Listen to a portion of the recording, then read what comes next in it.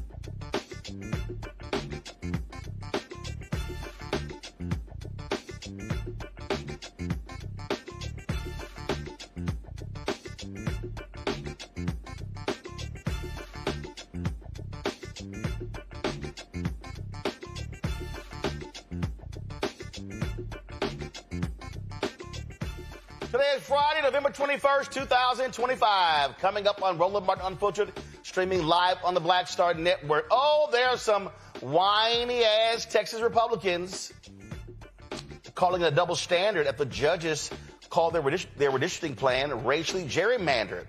Y'all, check this one out. The judicial ruling of this one Republican, he just lost his mind. He was trashing Soros. Oh, he was trashing Latino pollster Matt Barreto. Well, Matt joins us, and we're going to have a fantastic conversation. Can't wait for that one, y'all. I'm finally going to tackle how white nationalist racist Nick Fuentes is planning to infiltrate the Republican Party and how they're saying, by all means, we welcome you with open arms. Folks, Alabama's Congressional delegation honors the death of the last Tuskegee Airman. We'll show you what they said on the U.S. House floor. Plus, an update on that story out of Indiana. A black woman and her husband turned away, had to deliver the baby on the side of the road. It's a doctor and nurse looking for a job. Plus, an Ohio jury found a white cop not guilty of murdering Takia Young, a pregnant black mother accused of shoplifting. Plus, Chadwick Boseman's legacy was honored by fans, friends, and family as the late Black Panther actor receives a posthumous star on the Hollywood Walk of Fame. Folks, and also, New York-elect Mayor Zohran Mamdani goes to the Oval Office, and boy, Trump was all smiles. We'll show you a little what happened there as well. It's time to bring the funk on Roland Martin Unfiltered on the Black Star Network. Let's go. He's got whatever the best, he's on it. Whatever it is, he's got the scoop, the fact, the find. And when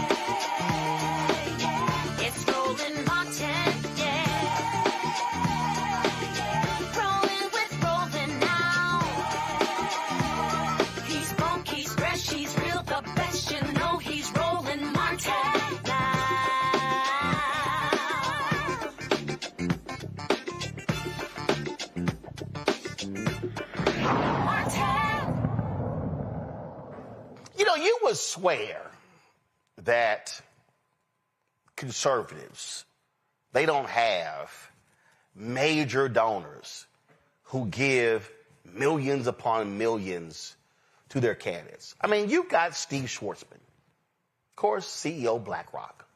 You've got Miriam Adelson, of course, her husband was alive, Sheldon Adelson. I mean, they give hundreds of millions of dollars. You've got the Koch brothers. One has died, but you still have one of those brothers. I mean, you got these billionaires out of Wiley, Texas. I mean, they pump hundreds of millions of dollars into our political system. But for the right, oh my God, George Soros must be the devil. I mean, they slap his name on every single thing you could think of. Well, when the 2-to-1 ruling came down, declaring that the Texas map that was approved was racist gerrymander, the one judge in the 2-to-1, oh my God, Judge Jerry Smith lost his mind. He was so angry, he was upset, he felt they didn't give him enough time. But when you read his report, I mean, he trashes the other judges. And mind you, one of the judges he's trashing is a Trump appointee. This dude is a Reagan appointee. But one of the folks who he really was upset with, is my next guest, Matt Libretto. I mean, Jerry Smith, y'all, was just losing his mind. He said this was the most blatant exercise of judicial activism I have ever witnessed. And he sat there in his ruling. I mean, he was just going on and on and on, Soros and Soros and Soros. And he was really upset with Matt. Matt's professor of political science and director of UCLA's Voting Rights Project, who joins us right now. And Matt, I've been wanting to talk about this for 2 days. You could only join us today. I said, man, let me hold my powder.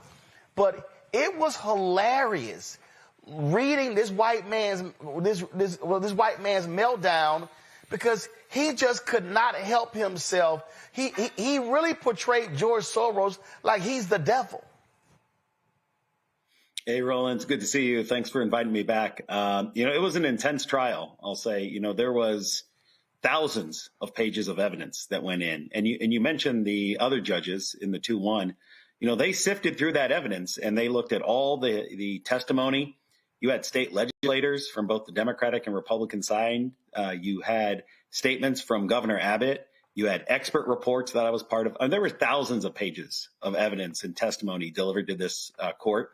And Jeff Brown, who wrote the 160-page opinion, sided with the plaintiffs and said, as you just said, this was a racial gerrymander that violated the Constitution. So there was plenty of evidence. There was no need to, invoke anything that wasn't a part of the trial. But that's what we saw recently, and I think I was as shocked as anyone.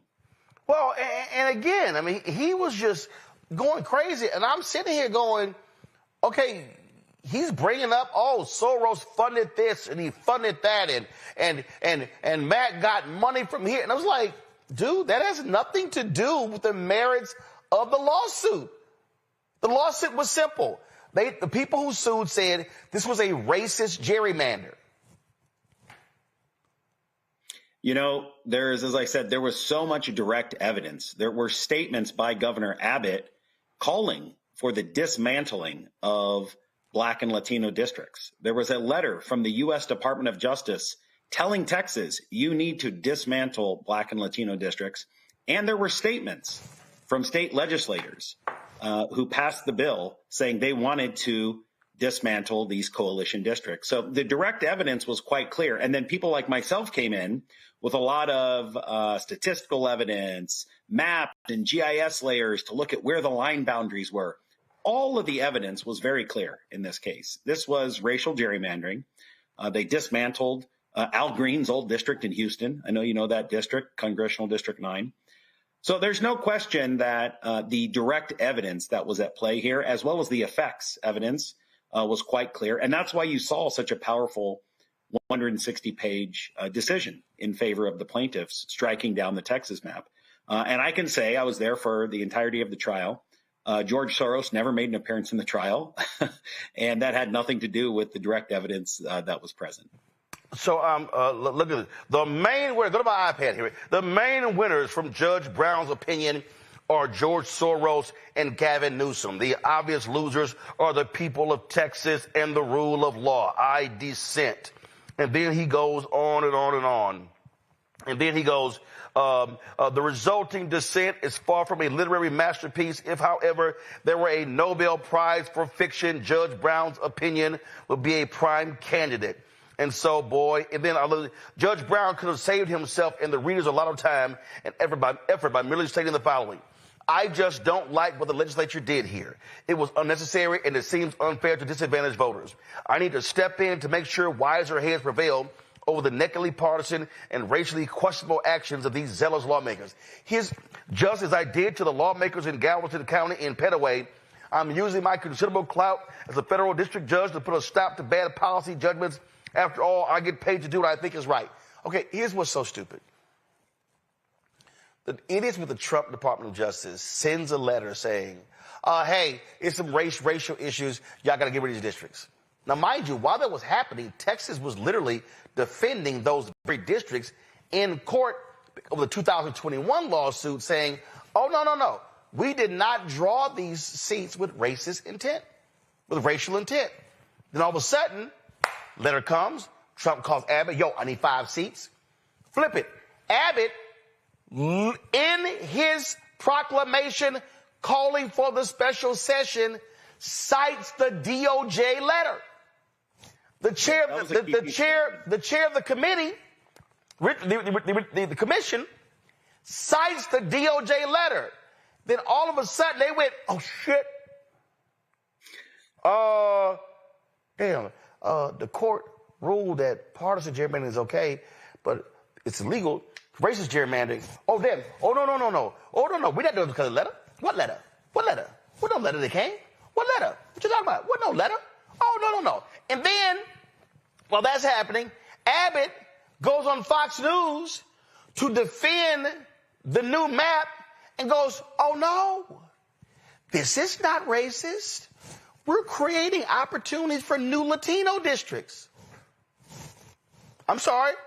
So that's really what Judge Brown was referencing. He was like, wait a minute. Y'all said it in writing and out of your own mouths what you were doing. And now you're claiming that's not what you're doing? If people read, that was an excellent summary. It's funny because it's unbelievable, some of the statements that were made. If people read the 160-page decision striking down the map that Jeff Brown wrote, I've appeared before Jeff Brown 3 times in this trial at 3 different occasions. He is the most thoughtful, considerate, careful judge I've ever been before. He asks questions of all the witnesses. He asks for clarification. And his decision is very well reasoned. He is citing, just as you indicated, Roland, in the decision, he is citing the speeches given by Governor Abbott. And contrasting what he said on Fox News with a speech he gave on CNN, where Jake Tapper said to him directly, isn't this just about partisan politics, Governor? And Greg Abbott said, no, Jake, this is about dismantling the Black and Latino coalition districts, which are now illegal. He had a chance, and he actually said no. And that quote is in the decision, because that shows you what they were actually about. Right. They wanted to dismantle 5 Black and Latino districts. It wasn't about partisanship. It was about race. And those direct pieces of evidence are very, very clear. The lawyers who put the evidence on were brilliant, and that comes through in Judge Brown's decision. So give me 1 second, because I gotta read this here. I love this here. It's all politics on both sides of the partisan aisle. George and Alex Soros have their hands all over this. One of the plaintiff's top experts is Matt Barretto. He is a paid Soros operative and does not attempt to hide it. His CV confirms it. He expects to receive $2.5 million from George and Alexander Soros. Nor is this something new. Soros has been pumping money into Barretto's UCLA Voting Rights Project for years. And this steady supply of money won't stop until 2026 at the earliest. Unsurprisingly, Barreto has been on quite a roadshow for years, parading across the country opposing Republican redistricting. That is the tip of the iceberg. The lawyers are involved as well. And then he goes on and on and on. To his credit, the lead counsel for plaintiffs does not try to hide it either. Chad Dunn acknowledged so in open court. He works with Barreto at the same voting rights project that received Soros funding. Dunn is a respected attorney in Texas election law cases, most recently serving as counsel in the Jackson case. And then he goes on and on and on and on and on. And he goes on and on and on. He said it does not stop there. The Elias Law Group draws from the Soros coffers too. Counsel for the Instant Gonzalez plaintiffs, David Fox, is a partner at Elias, which has, quote, collected more than $104 million from Democratic Party committees and donors, including Mr. Soros. And he just goes on. On a silver platter, Judge Brown hands Soros a victory at the expense of the people of Texas and the rule of law. Judge Brown won't tell you that. I just did. And I'm sitting there going, so is he saying that no one else can give money to voting rights projects? That, is he, I mean, again, can I substitute Allison? Can I substitute Coke? Can I substitute the wild? I mean, I could go on and on and on, but he's clearly showing his disdain for there being people who oppose racist gerrymandering. Yeah, there's no question that the Constitution, this wasn't even a voting rights claim. This was not a Voting Rights Act 1965 Section 2 claim in Texas. This was a claim against the United States Constitution, 14th Amendment. That's what Texas lost on right now. And if we cannot have independent research centers and litigation outfits that try to protect the United States Constitution, then I don't know how we're supposed to protect our democracy. That's what our group does. We try to stop racial gerrymandering at every turn. We try to make sure that all Americans, regardless of race or ethnicity, have an equal right to vote. And that's what people are advocating for. And there's nothing wrong with that. We're trying to uphold the Constitution. In fact, this Judge Brown in Guadarrama, 2 federal judges, evaluated a week's long worth of evidence and said they agreed with plaintiffs that the Texas map violates the U.S. Constitution. And so those of us who are on the side of trying to protect voting rights and voting equality, we should be celebrating this decision because you had both a Republican and a Democratic appointed judge in Brown and Guadarrama come to an agreement after reviewing thousands of pages of evidence and hearing testimony and saying it was clear to them. It wasn't even close. To them, it was clear in all instances that there were 6 districts that violated the U.S. Constitution because of racial gerrymandering. And that's something not to be ashamed of. That's something to be proud of when you can hold a state accountable and tell them that these districts are taking away the rights of blacks and Latinos in the state of Texas. The Al Green district will now get put back. That district in Houston, which has been there for decades. The Latino district that Greg Casar represents from Austin to San Antonio, that majority Latino voting rights district, will get put back. And people will have their representatives in Congress now. So now the question then becomes, will the Supreme Court, first of all, this decision has been appealed to the Supreme Court.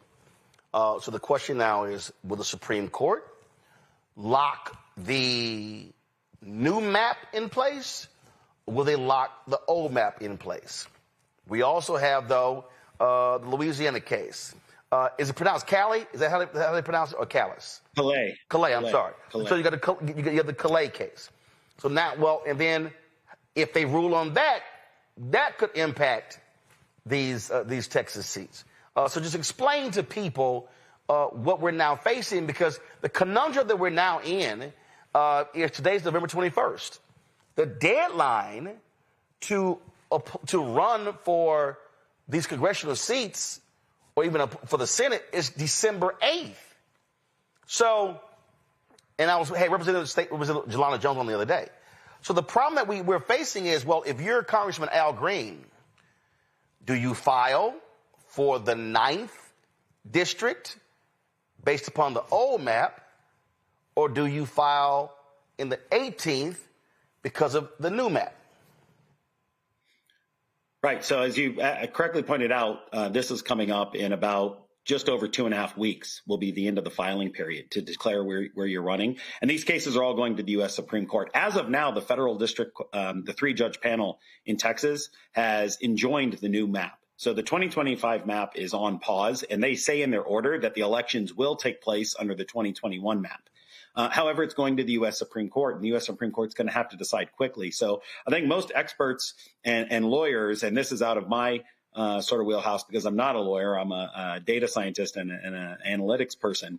But what I'm hearing and what I've been reading is that they're expecting that decision in December so that it can come before the deadline. So that means this is going to move quickly. There's going to be both sides, the Texas Attorney General and the plaintiffs will explain and file their papers to the U.S. Supreme Court. The U.S. Supreme Court is going to get this. They're going to read all the opinions. And then they're going to have to decide. Remember, they cannot change the facts of the case. That's why this Jeff Brown decision is so important, because he established through 160 pages, along with Judge Guadarrama, that these are the evidentiary findings of fact. The Supreme Court can interpret whether or not they made any legal errors.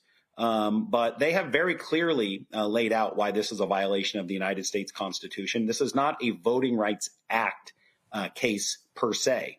The Calais case, the other case you mentioned out of Louisiana, is a direct Section 2 voting rights case, and that is already pending before the Supreme Court.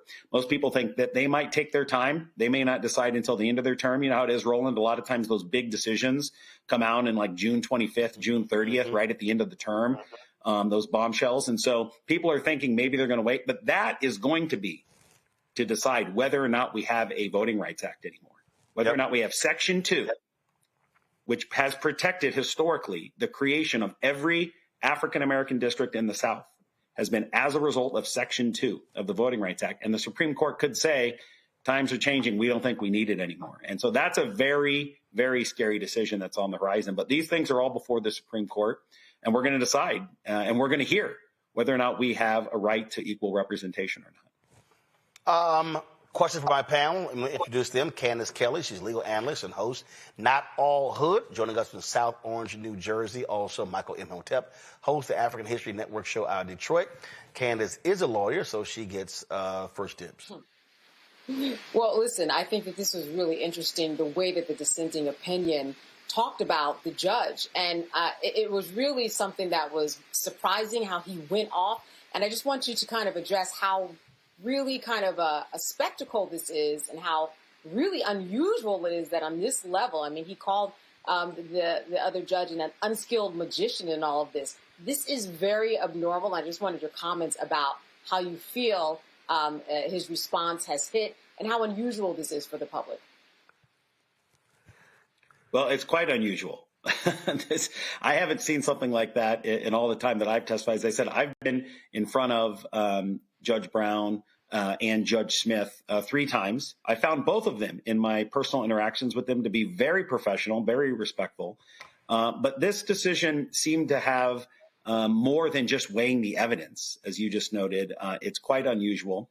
Our job is just to try to present evidence as the people involved in the case, and the judge is supposed to weigh the evidence. But this was quite unusual in that there was not a lot of weighing of the evidence. There was more name calling, and especially I found it unusual attacking another Republican judge, his colleague in the state of Texas. It was quite unheard of. Michael? All right, Professor Matt. The question I had, and maybe 2 questions. So I know that, as Roland said, that there's an appeal to the U.S. Supreme Court that was made Tuesday evening, Tuesday night. So dealing with primaries, we're dealing with time constraints because the ballots from the Secretary of State have to go out at a certain time because you have primaries first. So you have to have the names of the people on the ballot. You have to have the districts, all that sorted out. So if this is appealed to the U.S. Supreme Court, do you think there will be a ruling in time so that say they uphold the federal panel, what they ruled, okay, that the districts are biased against African Americans and Latinos, right? Do you think there's enough time with the Supreme Court ruling to have the proper districts on the ballots, or sometimes you deal with a situation where there's not enough time to change it, so then you have to go with something else? What do you think will happen if this gets appealed based upon time constraints? Yeah, that's a great observation. And there is something called the Purcell principle. This is a legal standard that the Supreme Court has determined that if you get up too close to the election, let's say it's a week before the primary, they're not going to let you change the districts. In this particular case, we still have plenty of time because the filing period is still open. Nothing has run out of bounds. And if the Supreme Court is able to issue a decision during December, we should be totally fine. In fact, at the trial, someone from the Texas Secretary of State's office who administers elections testified. They testified on behalf of the state of Texas saying that they wanted to move things along. However, during cross-examination, that person stated that if the court ordered them to extend the period by 2 weeks or a month, they would be able to do that. And in fact, that had happened before in the state of Texas.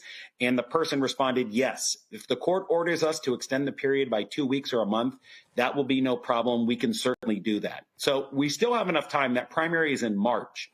If things start creeping into February, that's where I think you're going to start raising alarm bells. And that's why most legal advocates and scholars want to see a decision by the Supreme Court to clarify in the month of December. If that happens, I think we're fine. But people should assume right now, the Texas map has been enjoined. It's been blocked.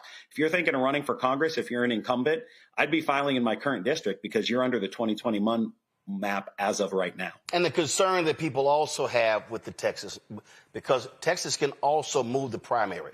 The primary right now is slated for the first Tuesday in March. The reality is, to your point, if a judge says, hey, move the filing deadline to, let's say, February 1st, they can literally move the primary to April, May, or even June.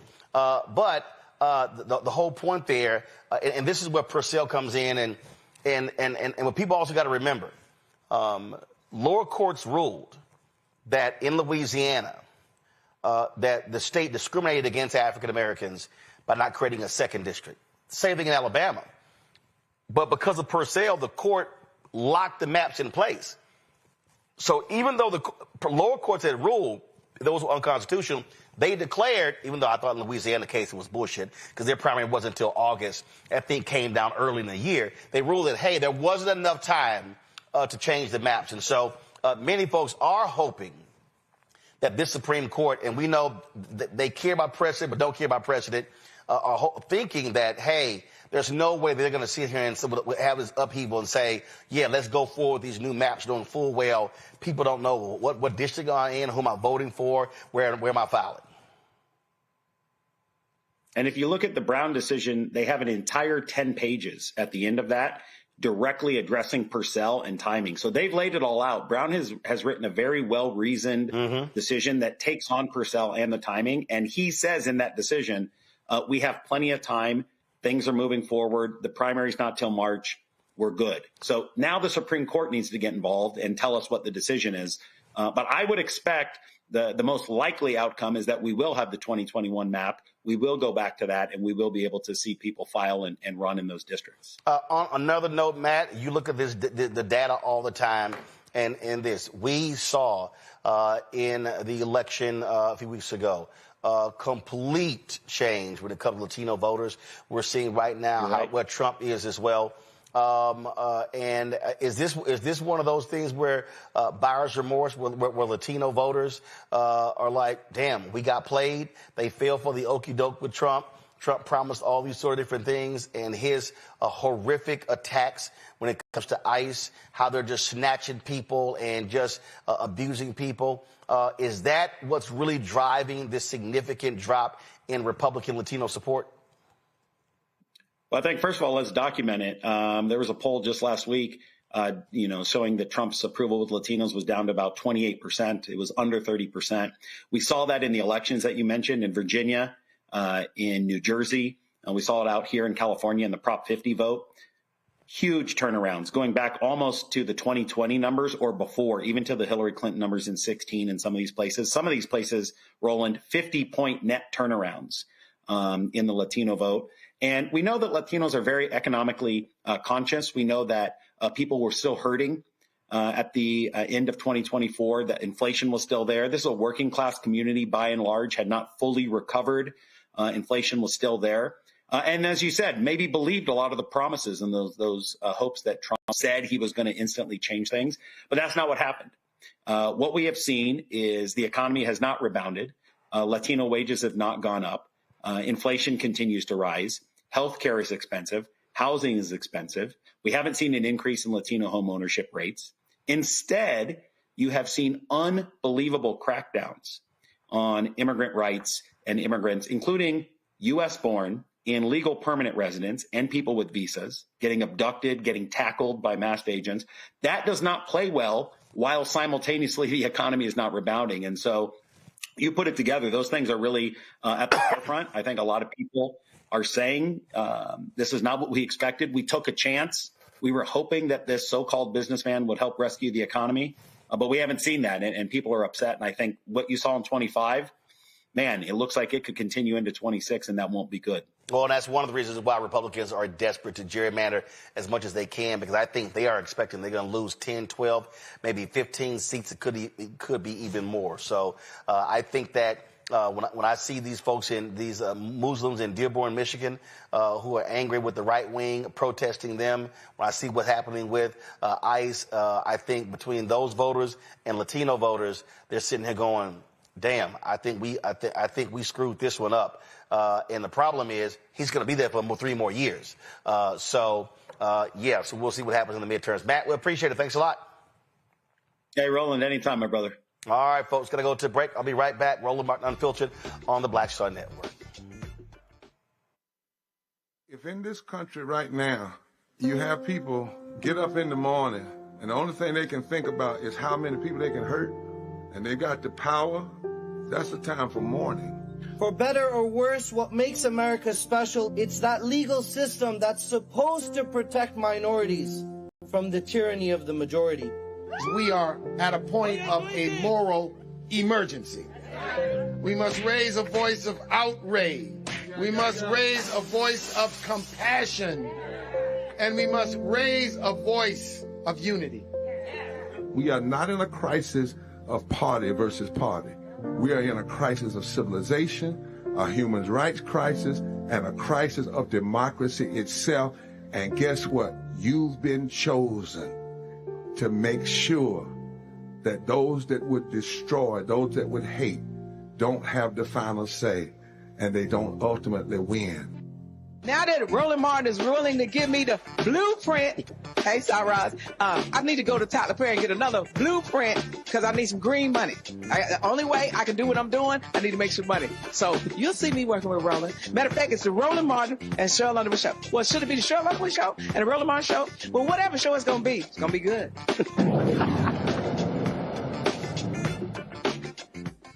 An Ohio jury acquitted a white police officer of murdering a pregnant black woman he had fatally shot in a supermarket parking lot. The panel, consisting of 9 women and 3 men, deliberated for about 2.5 hours before finding Connor Grubb not guilty of murder, involuntary manslaughter, and felonious assault charges related to the death of 21-year-old Takia Young. Takia was killed on August 24, 2023, during a confrontation with Grubb and another officer. They were instructing her to exit her vehicle when it slowly rolled toward Grubb outside the Kroger store in a Columbus suburb. Grubb maintained that Takia was attempting to run him over. At the time of the incident, she was approximately 25 weeks pregnant, and her unborn daughter also died as a result. After the verdict was read, Takia's grandmother, Nadine Young, shouted in disbelief.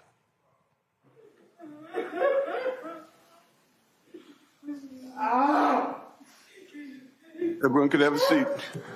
Mr. Grubb, Mr. Grubb, you're... It's all right.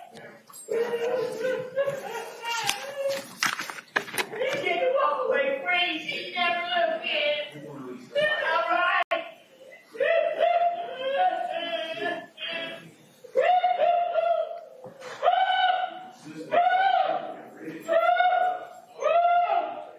In a statement, the attorneys representing the Young family expressed their disappointment with the outcome of the case. Quote, the criminal process requires proof beyond a reasonable doubt. That is a high standard, and the jury has spoken. But an acquittal does not change the facts. It does not erase what happened on August 24, 2023. Takia Young is dead. Her unborn daughter is dead. Connor Grubb fired the bullet that killed them both. That is indisputable, and it gives us the ability to hold all responsible parties accountable, not just one officer. Our civil case will prove what the jury could not find beyond a reasonable doubt. We will show that Grubb created the danger by positioning himself in front of her vehicle with his weapon drawn. We will show that Blendon Township failed to train or supervise him on encounters with moving vehicles and de-escalation. We will show that Kroger violated its own loss prevention policies and escalated a situation that never should have involved law enforcement. You know, unfortunately, we see so many of these stories. And again, Candace, we talk about it. People can, there's other cases, but it still is rare. It still is rare for a police officer to be found guilty. And this jury deliberated just 2.5 hours. That is not a long time. Yeah, it's not a long time. Now, listen, this jury, they deliberated for several hours before that, but someone went out on medical leave. So then they came back, and then they had a replacement juror. And yes, and that was 2.5, 3 more hours after that. But before that, I think it was 7 hours. Here's some of the things that just you really have to, when you go back to the crime scene, take away and realize why this police officer is, in fact, at fault.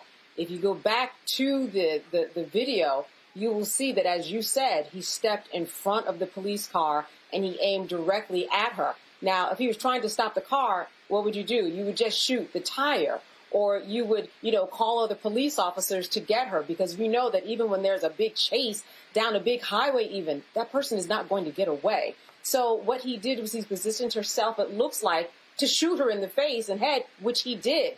And so, that's the problem. The problem is the training. The problem is being caught up in the moment and not making the right decisions. The other problem was how long it took for this tape to actually be released. It was almost a year.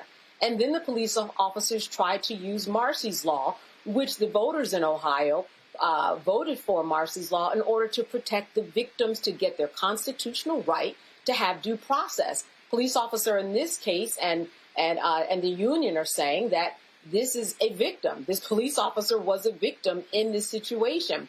Well, that doesn't make sense. Any officer that takes the job and signs up to be a police officer, then in that case is always going to be a victim, because they're always going to be a part of some type of highly confrontational situation, which that is often what happens when police come on the scene, no matter.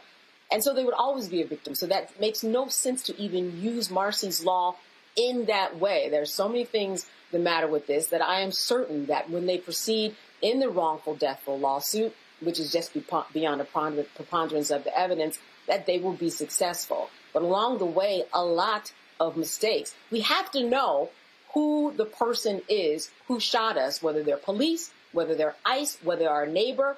That is the person's right, meaning this young woman who died and her child, to face, or her family at this point, to face who the shooter was. They held on to his name way too long when we know that this is a guaranteed right by the Constitution that is afforded to her and her family. Michael. Yeah, Roland, this is a tragedy. I watched some of the video once the verdict was read, and read a couple of articles dealing with this. And this is a situation where it kind of reminds me of George Floyd, because that involved a store, a purchase as well. But when you read that the car was moving slowly forward, she put on the turn signal, things of this nature. When you read what happened, when you watch the video, it doesn't give the appearance that she was trying to run the officer over. Okay. And, you have to use discernment when you are a police officer. And just the explanation, the written statement that Officer Grubb gave, to me, this doesn't add up. Okay. So this is a senseless killing. And unfortunately, Fortunately, the sister, Takia, and her unborn child died in this tragedy here. Okay, so and the question I have now, she's accused of stealing alcohol. Not saying that she should pay the ultimate penalty if she did, but were they even able to determine whether or not she stole alcohol? This was an accusation of stealing alcohol, which kind of reminds me of George Floyd, because he was accused of passing a fake $20 bill, which would then lead to, theft of a product. And he ended up dead as well. Yep. Well, can I jump in? I just want to jump in, and so yes, there was video evidence that might point to that. But here's the thing: are we now in the business, especially in this economy? And I've been in court where there have been several women who go to the ShopRite, and men, the ShopRite down the street where I live right now, and they are brought up on charges because they steal not just alcohol, but they steal $136 worth of groceries. But we are not in the business. We just cannot be in the business of shooting people because they stole string beans and turkeys. We just cannot do that. If that's the case, police officers might as well set up down at ShopRite, Stop and Shop, whatever, King's, whatever, in a local Kroger's near you, and they're going to catch a lot of people. And that's not how you do it. I mean, if they would have stayed there and caught her, and put her in jail legitimately, and just stayed, that's what they would have been doing all day. You can't solve that problem by pulling out your gun. Not in 2025, not in this economy, not ever, not ever. Folks, let's talk about this story. We had a couple on the show the other day who were in an Indiana hospital for 6 hours, then turned away, and they had to deliver the baby on the side of the road. Mercedes Wells, remember, says she was wheeled out of Indiana's Franciscan Health Crown Point Hospital Saturday night by security while in active labor, forcing her to give birth on the side of the road 8 minutes later. Her husband delivered the baby.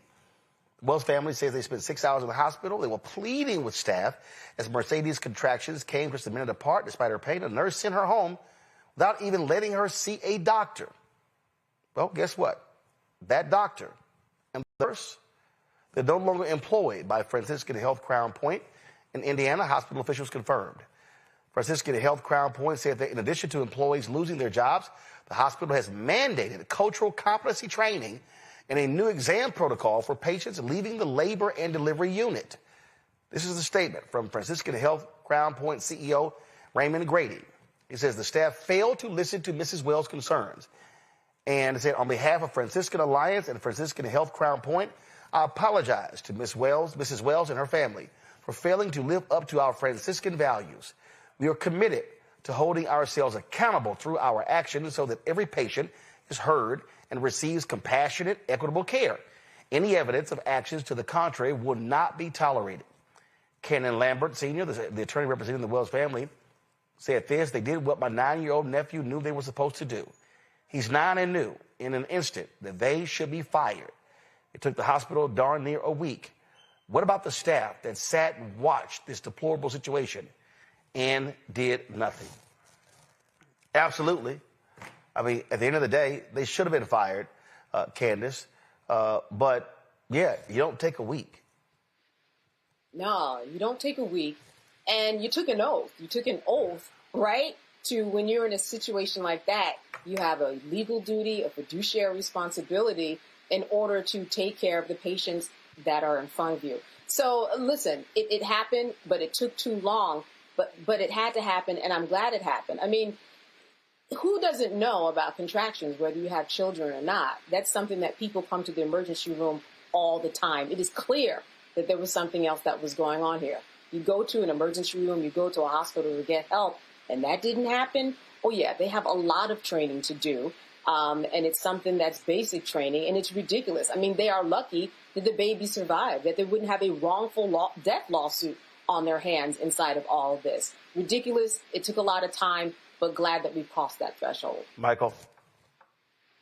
Yeah, Roland, this is another tragedy, and I saw your interview with Mercedes and her husband as well a couple of days ago.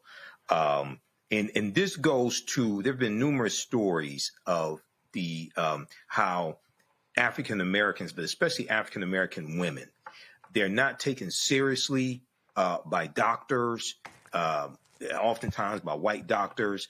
Their concerns, they're complaining about pain, things like this. They're not taken seriously and sent home without proper treatment, et cetera.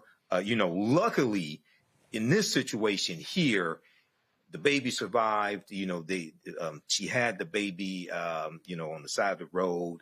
But once again, this is why you have to have competent doctors. You have to have cultural competency also, and why it's so important to have more African-American doctors, because there's studies that show that African-Americans who have African-American primary physicians are healthier and live longer as well. So it makes a difference. But thanks for covering this story also, Roland.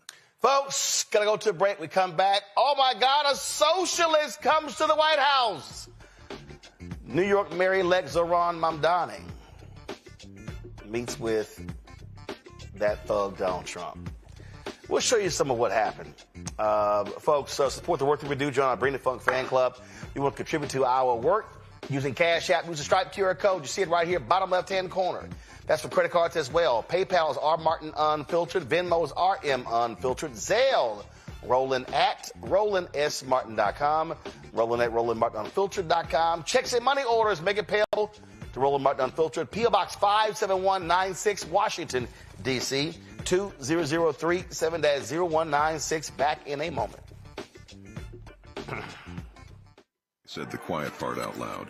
Black votes are a threat, so they erased them. After the Supreme Court gutted the Voting Rights Act in 2013, Republican legislatures moved fast. New voter ID laws, polling place shutdowns, purges of black voters from the rolls. Trump's Justice Department didn't stop it, they joined in. In 2018, his DOJ backed Ohio's voter purge system, a scheme that disproportionately erased black voters. Their goal, erase black votes and political power. Yeah, that happened. These are the kinds of stories that we cover every day on Roland Martin Unfiltered. Subscribe on YouTube and download the Black Star Network app. Support fact-based independent journalism that centers African Americans and the issues that matter to our community.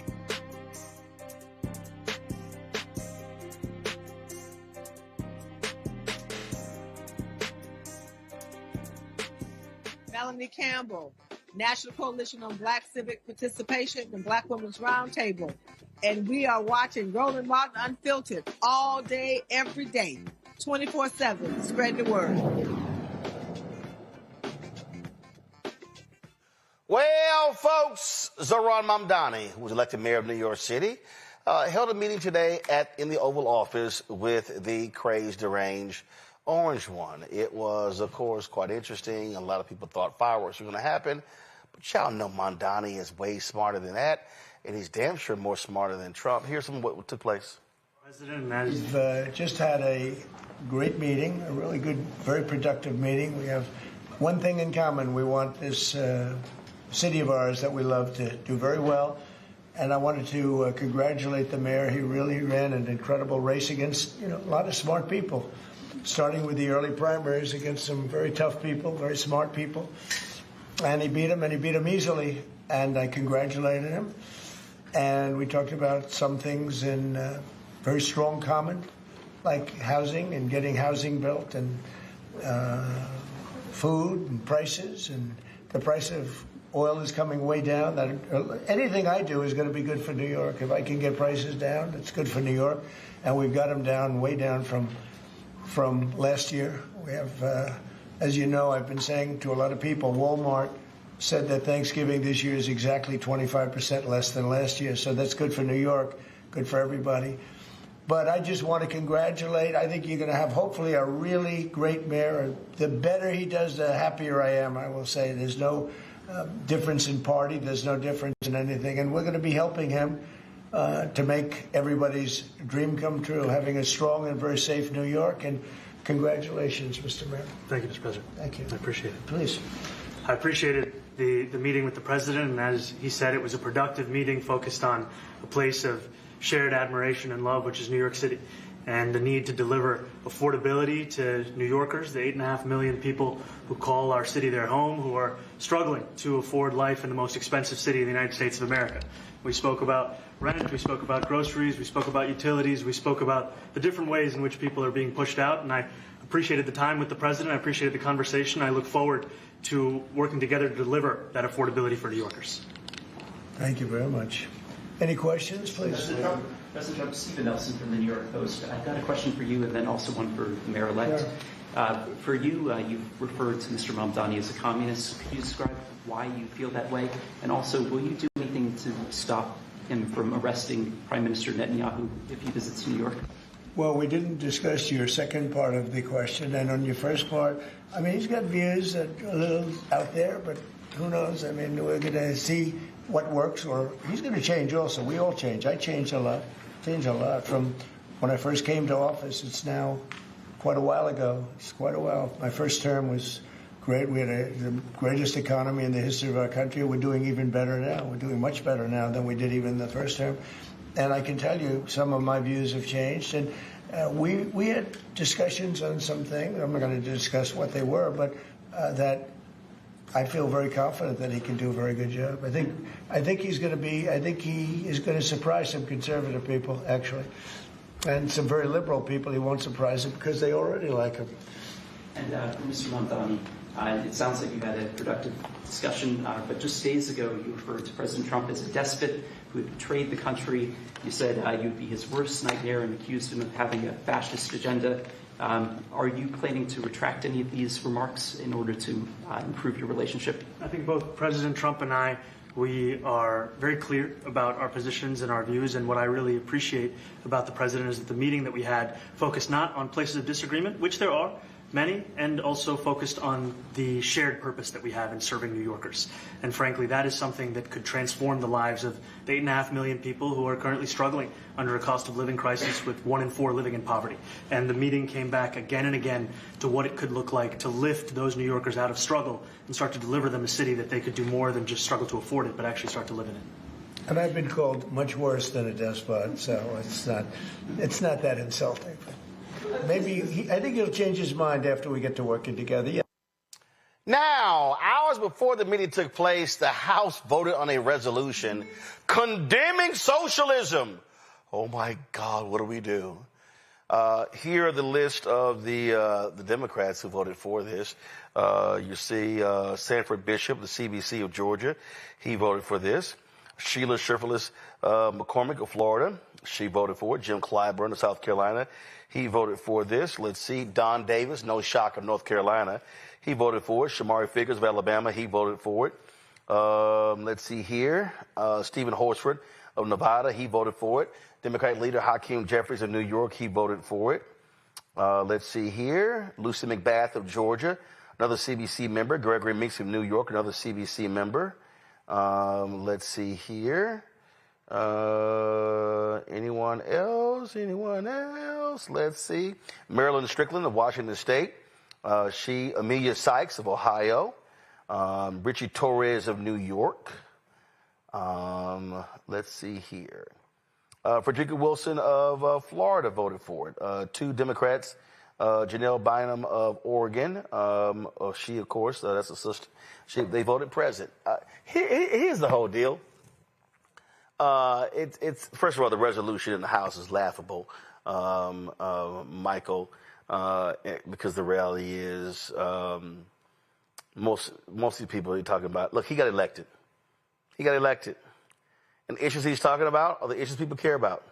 And so I find it laughable while he, of course, Trump called him a communist and all kind of other stuff like that. Then he says, well, no, I think he's going to be successful. So contrast Trump saying he's going to be successful with the House voted to condemn socialism. So Trump is saying what? The socialists are going to be successful? Well, yeah, Roland. So the House resolution passed 285 to 98. Okay, condemning socialism and condemning, quote, horrors of socialism, end quote, as if capitalism is so great. And I'm a capitalist. I'm not a socialist, but I'm also not stupid. Okay. Now, what I find really interesting is is that you have white MAGA farmers in Arkansas and Iowa begging for a bailout from the federal government, and now they want socialism.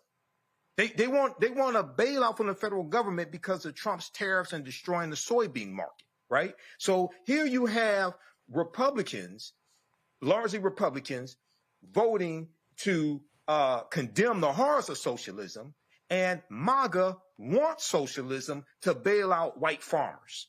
But they're not trying to bail out black farmers, because if you look at the discrimination that took place during the first Trump administration, when he destroyed the soybean market again, they had to do $26 billion in assistance for farmers, and black farmers got 1/10 of 1%. They got about $26 million.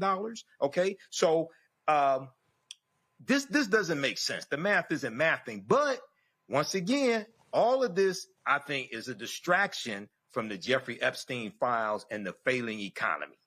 That's what's going on here, because Republicans don't have any solutions to make our lives better. True that. Candace. Hey, listen, it doesn't matter what you call it or what resolution they say. We like socialism, we don't like socialism. The people of New York City, they want a relief in taxes. They want a free MTA card. They want free childcare. They want, they want these free things that Mondani promised. So it doesn't matter whether you call it socialism. It doesn't matter whether you have a resolution or not. They're waiting to see that he shows and proves. And I think it's interesting that we had this kind of real chummy love affair all of a sudden with Trump and Mamdani, because he knows who he put, the president knows who he put his support behind, Cuomo, and that it just didn't work. So here he is. Is he going to fight with this guy who is the mayor of the epicenter of the world when it comes to culture, media, diplomacy, finance? He is not. This is some place where he hopes to keep connections, and he knows he already lost. He tried to win the night before by putting his support behind Cuomo, and it didn't work. So here he is. And this is why he's got to be chummy, because he figured, let me not be a dummy. Let me go ahead and see what I can do to make good of this, because I didn't come through with the votes and my support with Cuomo. So this is what he's left with. So this is now a wait-and-see proposition. Who knows? This chummy fest might just be one day. Tomorrow we know he might be on Truth Social saying something completely opposite, calling him names, calling him a communist. That's just how he gets down. But for today, That's the news. I'll take the chummy. All right. Well, listen, we'll see what happens. But bottom line is and then what happened to all these billionaires? Said they would be fleeing New York. They're moving. They lied. All right, y'all. Second half of the show, I got to deal with how the right wing, they are just loving and embracing that racist Nick Fuentes. But why was anybody shocked? Because that's their voters. I'm not shocked at all. I'll unpack when we come back right here, Roland Martin Infiltrate on the Black Star Network. This week on The Other Side of Change. Book bans, anti-intellectualism, and Trump's continued war on wisdom. This is a coordinated backlash to progress. At the end of the day, conservatives realized that they couldn't win a debate on facts. They started using our language against us, right? Remember when we were all woke and the woke movement and all that kind of stuff? Now everything is anti-woke, right? When we were talking about including diversity, equity, inclusion, higher education, now it's anti-DEI. All this are efforts to suppress the truth because truth empowers people. You're watching The Other Side of Change, only on the Black Star Network. Next on the Black Table with me, Greg Carr. Our legal roundtable is back in session as we look at yet another potential landmark case being considered by the United States Supreme Court. This one is called 303 Creative versus Alennis, and may be the most important and far-reaching First Amendment, that is freedom of speech, case of our time. It could, depending on how the court rules, open the door for a return of Jim Crow segregation laws. It's true. If you say we can discriminate against one, you're saying we can discriminate against all. That's on the next Black Table. Don't miss it. Right here on the Black Star Network. Are you ready for the holidays? This week on A Balanced Life with Dr. Jackie, we're talking about all things anxiety and the holidays, whether it's performance anxiety, presence versus presence, making certain that everybody in your space understands the boundaries and how to respect your home. This week, we're talking about those things that will allow you to have a peaceful holiday season. It really is not about perfection. It's really about, you know, the house feeling warm and cozy and peaceful. You don't have to like everybody, but what you can do is be cordial in those environments. That's all this week on A Balanced Life with Dr. Jackie here on Black Star Network. Hatred on the streets, a horrific scene, a white nationalist rally that descended into deadly violence. White people are losing their damn minds.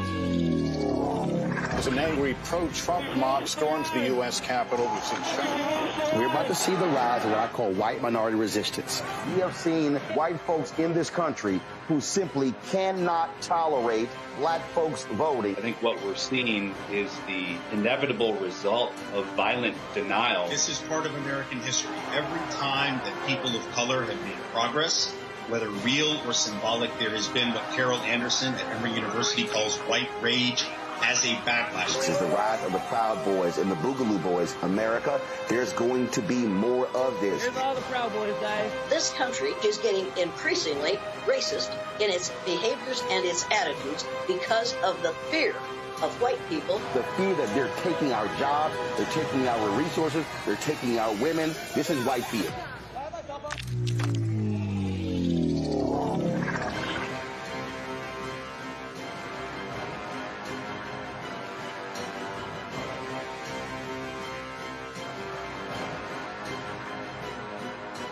Michael McMillan, President and CEO of the Urban League of Metropolitan St. Louis, and you are watching Roland Martin Unfiltered.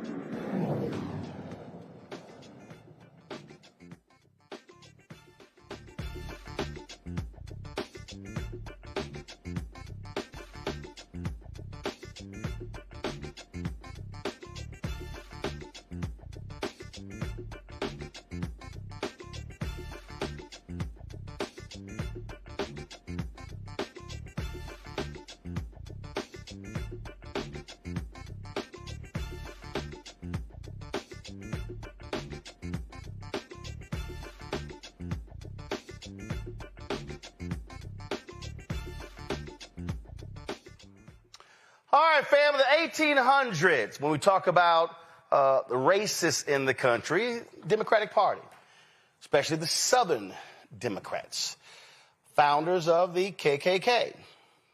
Fast forward, Jim Crow, Southern Democrats. That's right, opposing civil rights, standing up for Jim Crow. Then you get to the 60s. Yeah, a lot of Republicans. People like William F. Buckley. They were supportive of civil rights, but then all of a sudden, Barry Goldwater wrote a book that changed everything. He opposed the 1964 Civil Rights Act, and all of a sudden, the Republican Party began to not just shift right, but also began to fully embrace racist. You look at the Southern strategy. A lot of white people were upset that Democrats chose to embrace civil rights, which meant embracing black people. And so really ever since the 1964 election, you've seen significant shift. Ever since then, you have not seen a Democrat win a majority of the white vote. White folks align with Republicans. Now, that's not to say that all white folks are racist. But see, remember when I talk about racism, y'all, I always say that the problem when we talk about racism, we go, somebody's racist, somebody's not racist. But the real issue is all the stuff that's in between the two. That's really what it speaks to. When I wrote my book, White Fear, how the browning of America is making white folks lose their minds. Why did I pick this photo? I picked this photo because this is from January 6th. This is a white man who's standing there with his arms outstretched. And really, I saw the photo, and what he was saying was, all of this is ours. Because you got to remember, they were angry Trump was angry with how black folks voted in Atlanta. Remember, he kept talking about Fulton County, Atlanta, Philadelphia, black, Detroit, black, Milwaukee, black. He did a partial recount in Wisconsin. Where? Milwaukee. Black people. You might remember that the head of the Michigan Republican Party said, let's count all the votes in Michigan except Detroit. I wonder why. So what are you now seeing? You've seen the Republican Party stand with Confederates. Who defends the monuments? The very people, Republican Party, radical Republicans behind the 13th, 14th, 15th Amendment. Who are the folks who now are defending the racist monuments? Republicans. Who's bringing them back? Pete Hegseth, Trump, Republicans. So now what we're really seeing, when you look at the racist attacks Charlie Kirk, Republicans loved him. Now they claim, oh no, Charlie was never racist. Charlie never did such things. Charlie was about truth. No, he was saying some racist shit. Then you have the guy who couldn't stand Charlie Kirk, who has a group called them the Groypers. Oh, Nick Fuentes. Oh my goodness. So many young white boys love them some Nick Fuentes. What have we now seen the past month? Oh my God, we have seen New York Times do a huge story on Nick Fuentes and what he's trying to do. We've seen Tucker Carlson sit down, and because of Tucker Carlson's interview, you had the head of the Heritage Foundation, the folks behind Project 2025, say, well, we shouldn't be running folks off. That's now set off a whole chain of folks resigning, quitting, being pissed off with Kevin Roberts, who leads the Heritage Foundation, say, how dare we sit here and stand with open anti-Semitic racists? You got Ben Shapiro, who's full of shit on the right. Oh, he's been angry. He's been angry with Tucker and the right-wingers who stand with Nick Fuentes. You may ask, well, who is the Fuentes guy? What is he talking about? Well, first, lately, he said that he's going to infiltrate the Republican Party. He plans to build an organization to pressure Republicans by developing what he called elite human capital and mapping out or attacking his pro-Israel foes, because he's vehemently anti-Israel. I mean, he's a acknowledged racist and anti-Semite. He don't even been called an anti-Semite. Listen. And asked Carlson about his recent platforming of white nationalist and vehement anti-Semite. I'm starting to like it when they call me that. Careful what you wish for, cocksuckers. I'm starting to like that. I used to get mad, like earlier in the week, my stomach was in knots because every article was like vehement anti-Semite, Hitler worshiper. But then I had a change in perspective, which is there any real nigga out there that isn't called this? Or throughout history, all of the realest niggas in history were virulent anti-Semites and racists. Can a nigga just pop off real quick? George Washington, racist. Abraham Lincoln, racist. Christopher Columbus, racist. Jesus split the veil. His parting gift is that he tore the veil covering the Holy of Holies and shook the earth. So the more that I read that, I'm just translating it in my head as real nigga. When people say white nationalist, racist, anti-Semite Nick Fuentes, I'm just reading badass motherfucker. I'm just reading real ass nigga. I don't care anymore. Say it. No one cares anymore. Keep saying it. Every time you say it, it loses power. Because I'm really not a hateful person. Like I'm not filled with prejudice and bigotry. People say he's a bigot. I'm really not. Like I love everybody. I have friends from all different backgrounds. But keep saying it. It loses its power every time. You want to bring that on yourself? Go ahead. Bring it on yourself. All people are going to say is we don't care about those labels anymore. And actually they signal that someone is a rebel. That just means I'm legit. That just means I'm a revolutionary. And what's Ben Shapiro? Ben Shapiro hates Goyim. Ben Shapiro thinks all whites are Jew haters.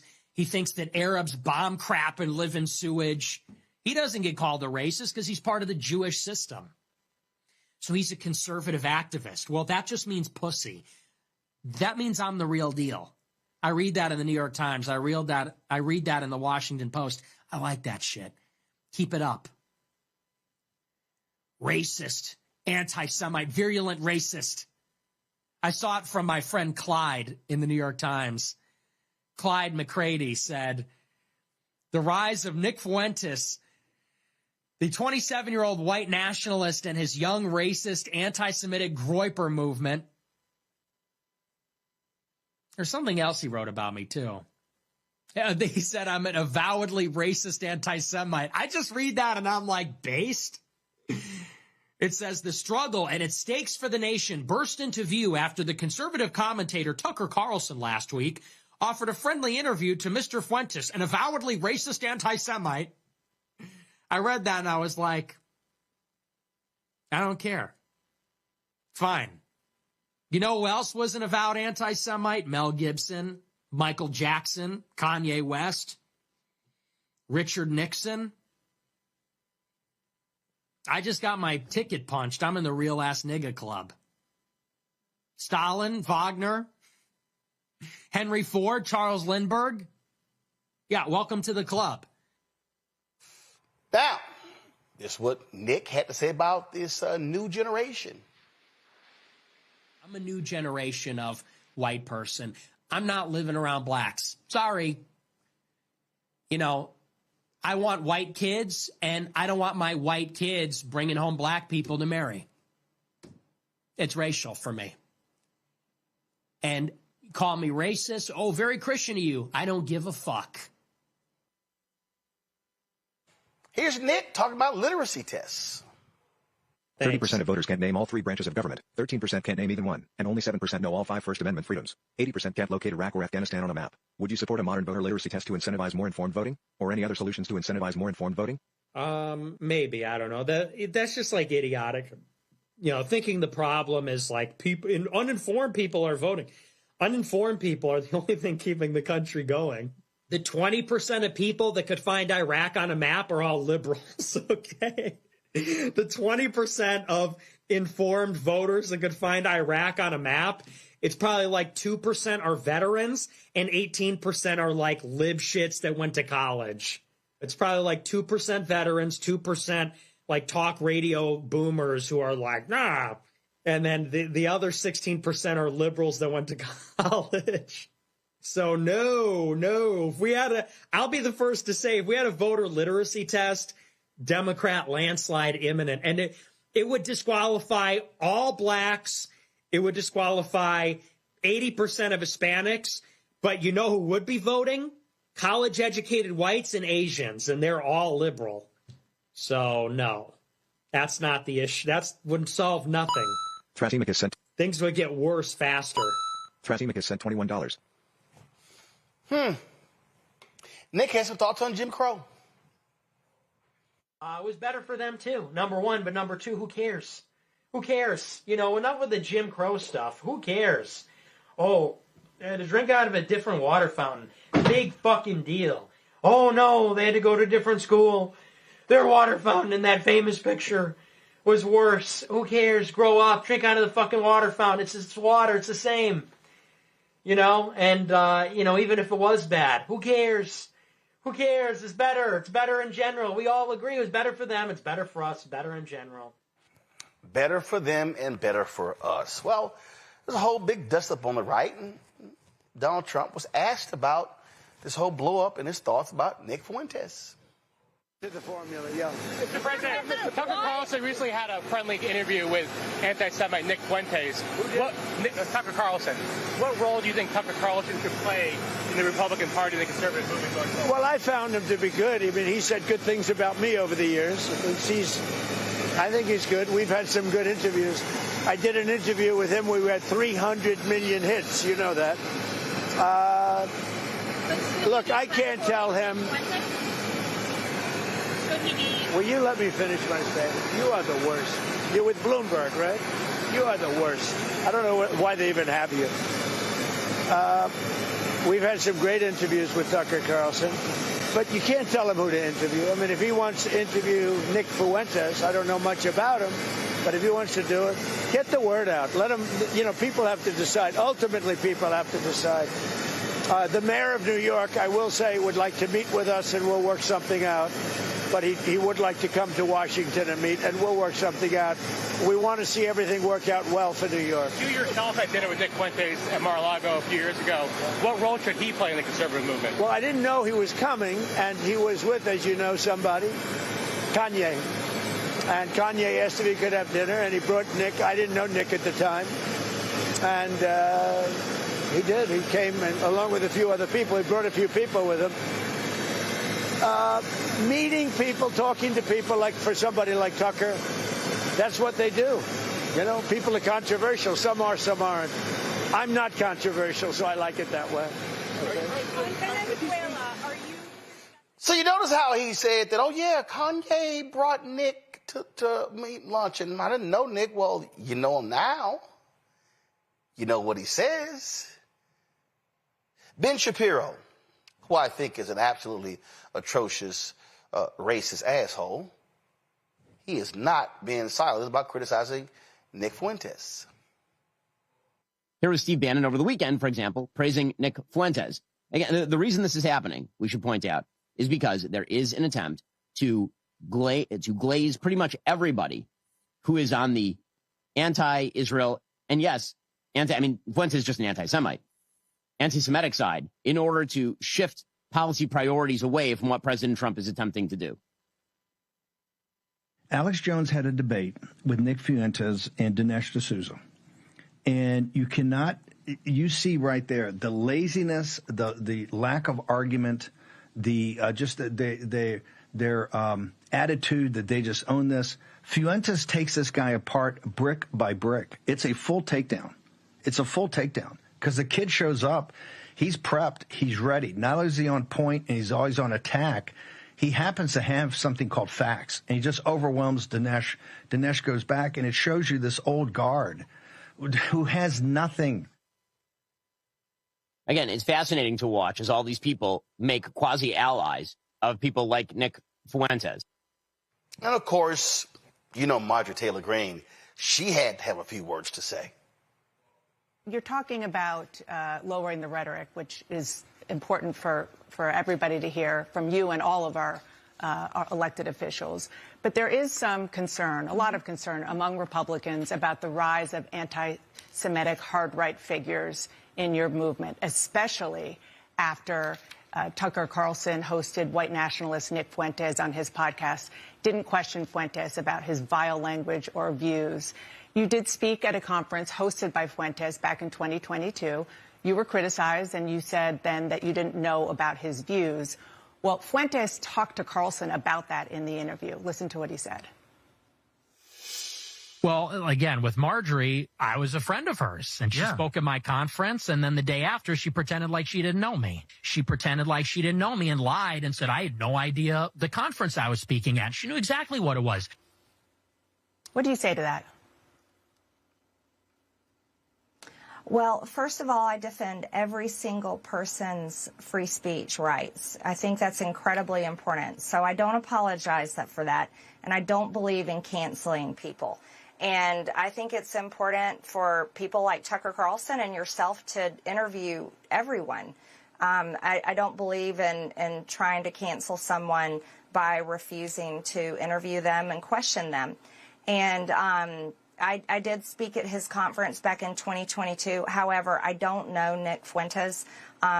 He's someone I've never exchanged text messages with or phone calls, but I did speak at his conference. That was the first time I had met him that day, and that was it. But I did watch the interview. I watched the full interview with Tucker, and I admire him for interviewing many people as well as exposing a lot of powerful information. I hear what that you're he saying. Does on his show. I hear what you're saying about free speech. I mean, count me as guilty as a proponent of free speech. There's free speech, and then there is hate speech.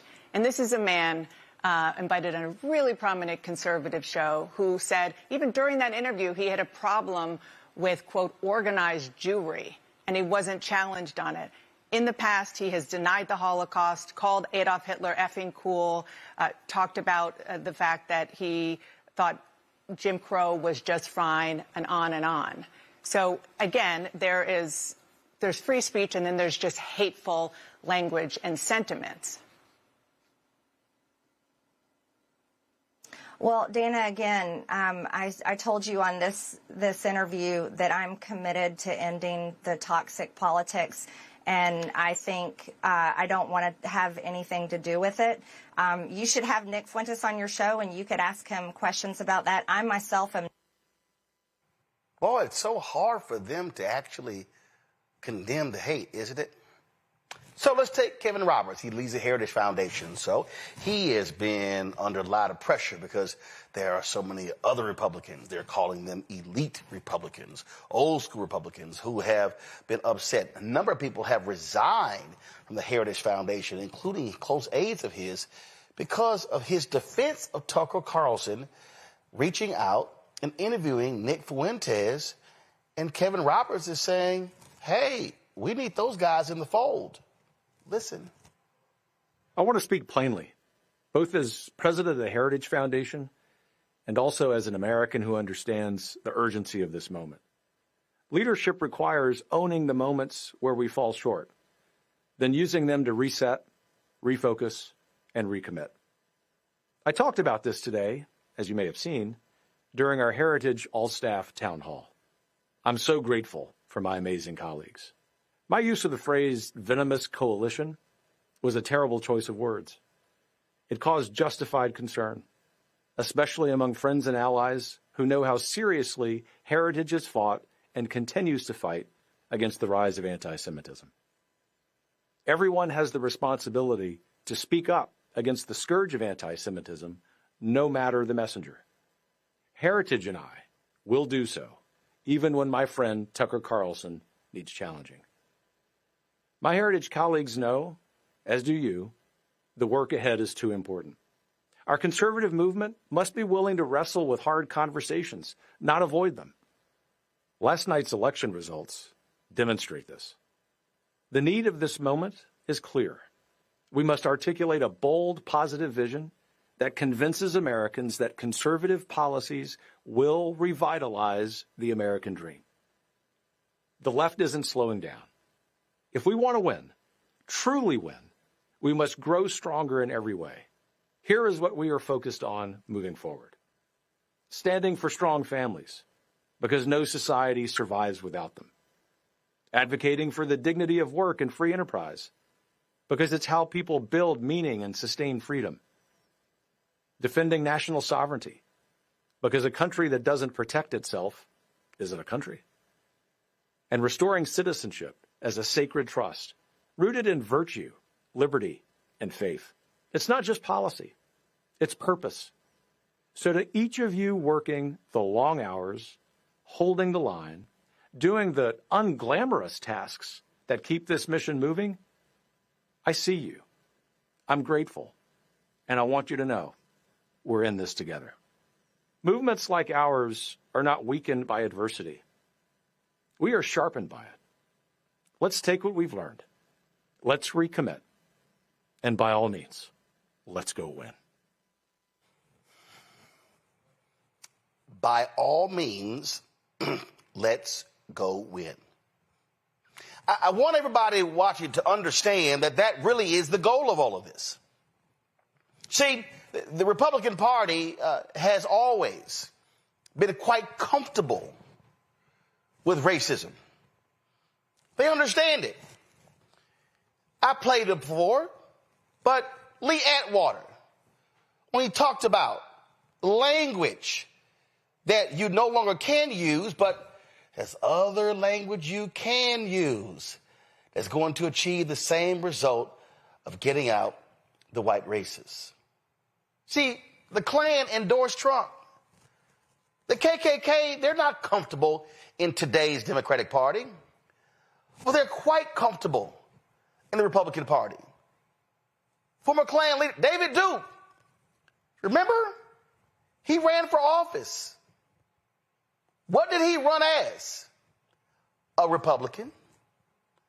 When you look at these white supremacists, these militia groups, when you look at the Proud Boys, the Oath Keepers, who do they align with? Trump, MAGA, and the Republican Party.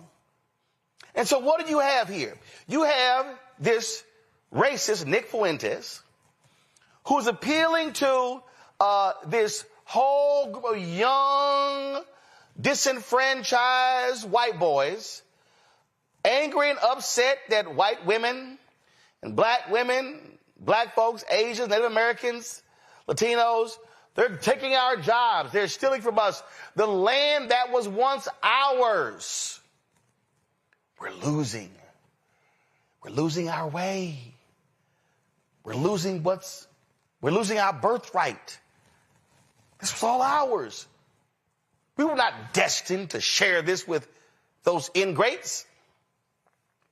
But I hope y'all also noticed that the Ben Shapiros of the world, the Marjorie Taylor Greens of the world, all of these people, see, they are attacking Fuentes for anti-Semitism. They were very silent about his racism against black people. See, Kevin Roberts doesn't want to admit it, but his Project 2025 is anti-black. It is an absolute anti-black agenda. Those are facts. See, the reason he's in trouble because he criticized Vietnamese coalitions of conservatives who were attacking Tucker Carlson. And so they were like, wait, hold on. You're defending Tucker who interviewed this violent racist? Yes. And it wasn't that Tucker Carlson interviewed them. It was that Tucker Carlson literally gave him no pushback. It was quite enjoyable conversation between the two. See, it wasn't like what I had Richard Spencer on when I challenged that racist on his white supremacist views. See, what I need y'all to understand that the Republican Party needs white racists. The Republican Party needs this generation of young white boys, these millennials, these Gen Xers, these Gen Zs. They need to cultivate young white boys of Gen Alpha so they can say, you're losing. Stand with us, and we're going to get your birthright back.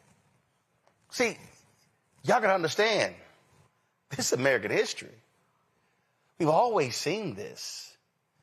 We've always seen what their goal was, to get to the hearts and minds of young folks. So see, Nick Fuentes, he's serving a very clear purpose for the Republican Party. See, what Donald Trump has done, Donald Trump has said, hey, guess what? We good. You can be racist. You can be anti-Semitic. You ain't got to worry about it because you're good. Remember that guy, Paul Ingracia? The one when those text messages, the Signal Chat group was released? He said he had a Nazi streak. And remember, Trump was going to appoint him to a White House position, and they had to pull the nomination because Republicans said, no, we ain't down with it. Y'all know Trump gave him another job, right? They didn't fire him. What Donald Trump and MAGA has said is that if you are a racist, you're more than welcome to serve in our administration. In fact, we welcome you. And we know the person who's standing there ready to hand you your Confederate flag is Stephen Miller. See, what we have to recognize, and y'all, I've only been saying this now for 16 years. I said in 2009, here we are living in the beginning stages of white minority resistance. That's literally what I said in 2009 as John Avlon and I were waiting to go on CNN. John's now in Congress. Here we stand 16 years later. That's what's going on. So the Republican Party knows that they cannot exist in the future unless they are consistently cultivating hate among white voters. And so then if I can cultivate hate among these white voters, and then let me cultivate hate among these white Hispanics, and then let me cultivate hate among these minority folk who hate black folks, including self-hating black people, all of a sudden we have a recipe to victory. Because it's about power, folks. And so there's a reason why Marjorie Taylor Greene won't condemn Fuentes. Because Marjorie Taylor Greene needs his followers to vote for her. And every Republican, they know exactly what they need. They need them voting. So don't think for a second the Republican Party is going to distance themselves from Nick Fuentes. Oh, no, absolutely not. Oh, trust me. And see, Fuentes is not so focused on the accoutrements of acceptance among the party. Because what Nick Fuentes knows is that he doesn't need them to give him a speaking slot at the Republican National Convention. He doesn't need them to invite him to their gatherings. Because what he knows is, even though a lot of them may not show up at his conferences in the future, they sure as hell want his followers to vote for them. Candace, your thoughts? And what Tucker Carlson did was push him way beyond his 1 million followers. I mean, that particular clip, that particular show has been out to 20 million people. I think what's really interesting, Roland, is that Nick Fuentes has always said that he is going to create disorder, create a civil war. But really what he's doing is creating a separate party. He doesn't mean to dismantle everything. He's trying to figure out how he can infiltrate, as he said, the Republican Party. And as you said, they have no choice but to have conversations with themselves right now to figure out where he's going to fit in. Marjorie Taylor Greene may have broken from Trump and is making all of these polite appearances on CNN, but she knows, just like you said, that's her base. And this base is growing. These are mostly, 20 to 30-year-olds, all the voters up to 30, even people working on his team, almost 100% people under 30 years old who are still forming, developing, right? Some of their brains aren't even fully developed yet. These are all vulnerable people. There is more to come. They are signing up. They are lining up for Nick Fuentes. So whether you believe in his politics or not, you have to really look at him and understand that he's making movement, and the Republicans have to pay attention because they need the votes. These younger voters are coming out and did come out in droves, and they're doing it quietly now. But once they get all of the co-signing from the Republicans, they'll be out in the open, just like we saw all the other races come out in the open that weren't showing their faces before Obama was president. We better be careful. We got to watch and wait and see exactly what's going to happen. And as you said, it's not just young white people. It's young black people, too. See, Michael, this is why I keep saying why we can't check out of elections. Because we know what we are up against. And these folks, their racist views are there. These are the same people. They are pissed off. They are pissed off with immigration. Oh, you see, you got the black HUD secretary. The reason there's a housing crisis because of these illegals. Now you got these same white folks in America pissed off with immigration. Look at Paris. It's so ghetto. Well, actually, Paris is the ghetto in France, you stupid asses. But it's the ghetto, and they're angry. Look at this. All these Muslims, and they're complaining about it in Germany and Italy and all different places. But I need people to understand the role that media plays. This was a story in the New York Times earlier this month. Nick Fuentes was Charlie Kirk's bitter enemy. Now he's becoming his successor. But I want you to look at the photo here. See, you got the photo here, this James Dean-esque rebel photo here, as they sort of lay the story out, talking about Nick Fuentes. And if I go back here, Michael, what you'll see is there have been 4 or 5 or 6 pieces in the New York Times. And so Nick Fuentes is sitting here going, oh, yes, y'all, please keep writing about me. You're making me more popular. You're now spreading my message. And see, that's really why people were attacking Tucker Carlson, because they said, Tucker, what you're doing is you are mainstreaming this absolute virulent racist asshole. And he's gleefully enjoying all of it. Yeah, so I have a few comments here. So Nick Fuentes is another mediocre, uneducated white boy, and it appears he at least attended college. I'm not sure if he graduated, but at least he attended college. But this is so you see the positioning that some in the Republican Party are trying to take because they don't want to condemn him, but this could also cause a fracturing in the Republican Party as well. So when we look at just some of the things that he said, right, and hitting on what you talked about with the Heritage Foundation and Project 2025, that was 45 years in the making, going back to 1980. Just so people understand, mandate for leadership, the conservative promise, and we see we see how these policies that are being put in place by the Trump administration are devastating to African Americans.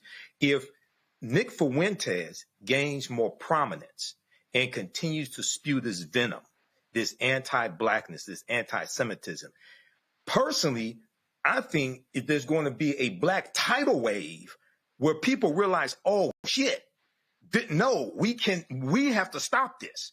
I think there's going to be a lot of black people who sat out of the 2024 presidential election.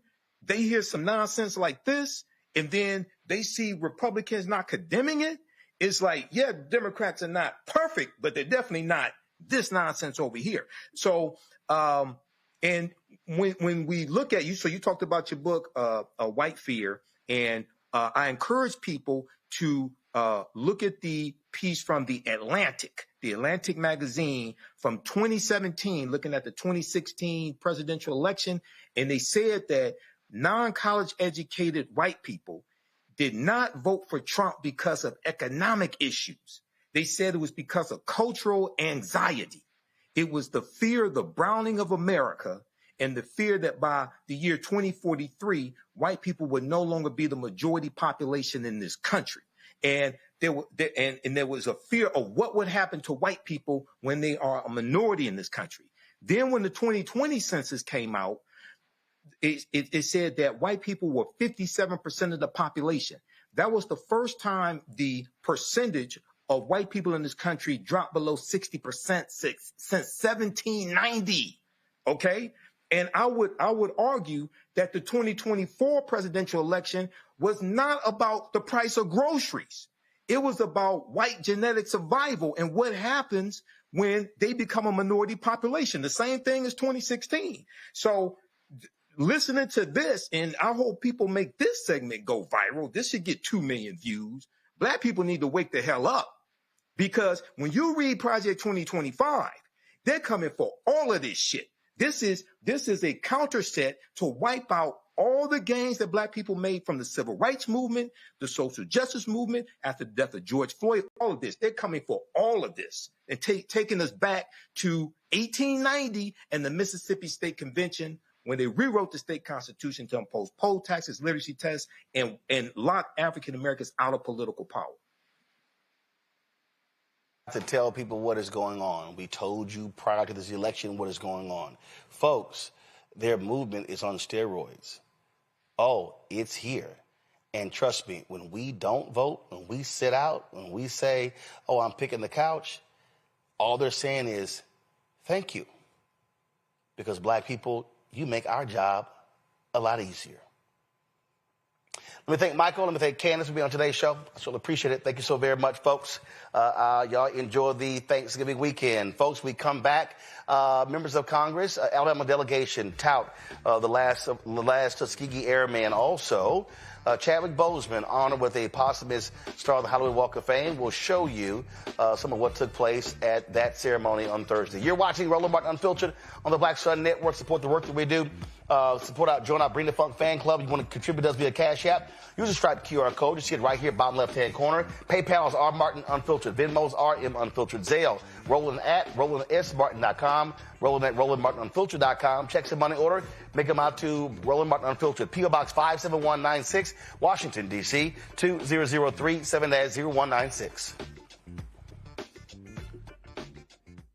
If in this country right now you have people get up in the morning and the only thing they can think about is how many people they can hurt, and they got the power, that's the time for mourning. For better or worse, what makes America special, it's that legal system that's supposed to protect minorities from the tyranny of the majority. We are at a point of a moral emergency. We must raise a voice of outrage. We must raise a voice of compassion.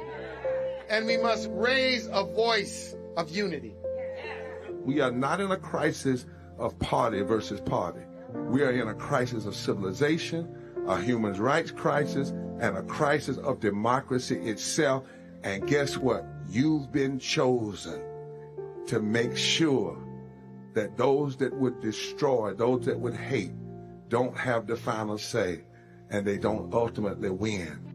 Next on the Black Table with me, Greg Carr. Our legal roundtable is back in session as we look at yet another potential landmark case being considered by the United States Supreme Court.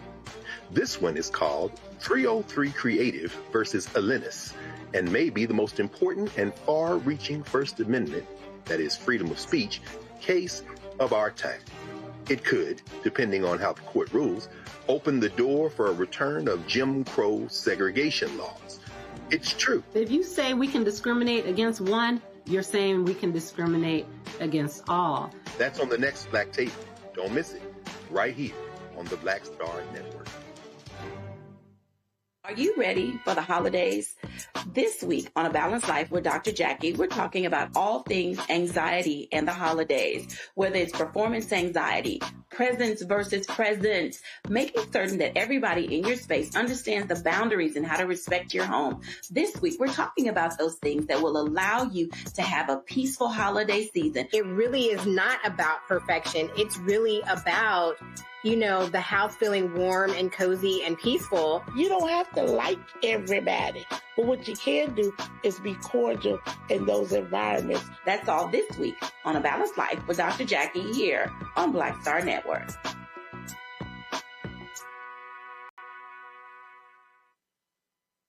This week on the other side of change. Book bans, anti-intellectualism, and Trump's continued war on wisdom. This is a coordinated backlash to progress. At the end of the day, conservatives realized that they couldn't win a debate on facts. They started using our language against us, right? Remember when we were all woke and the woke movement and all that kind of stuff? Now everything is anti-woke, right? When we were talking about including diversity, equity, inclusion, and higher education, now it's anti-DEI. All this are efforts to suppress the truth because truth empowers people. You're watching The Other Side of Change only on the Black Star Network. Said the quiet part out loud. Black votes are a threat. So they erased them. After the Supreme Court gutted the Voting Rights Act in 2013, Republican legislatures moved fast. New voter ID laws, polling place shutdowns, purges of black voters from the rolls. Trump's Justice Department didn't stop it. They joined in. In 2018, his DOJ backed Ohio's voter purge system, a scheme that disproportionately erased black voters. Their goal, erase black votes and political power. Yeah, that happened. These are the kinds of stories that we cover every day on Roland Martin Unfiltered. Subscribe on YouTube and download the Black Star Network app. Support fact-based independent journalism that centers African Americans and the issues that matter to our community.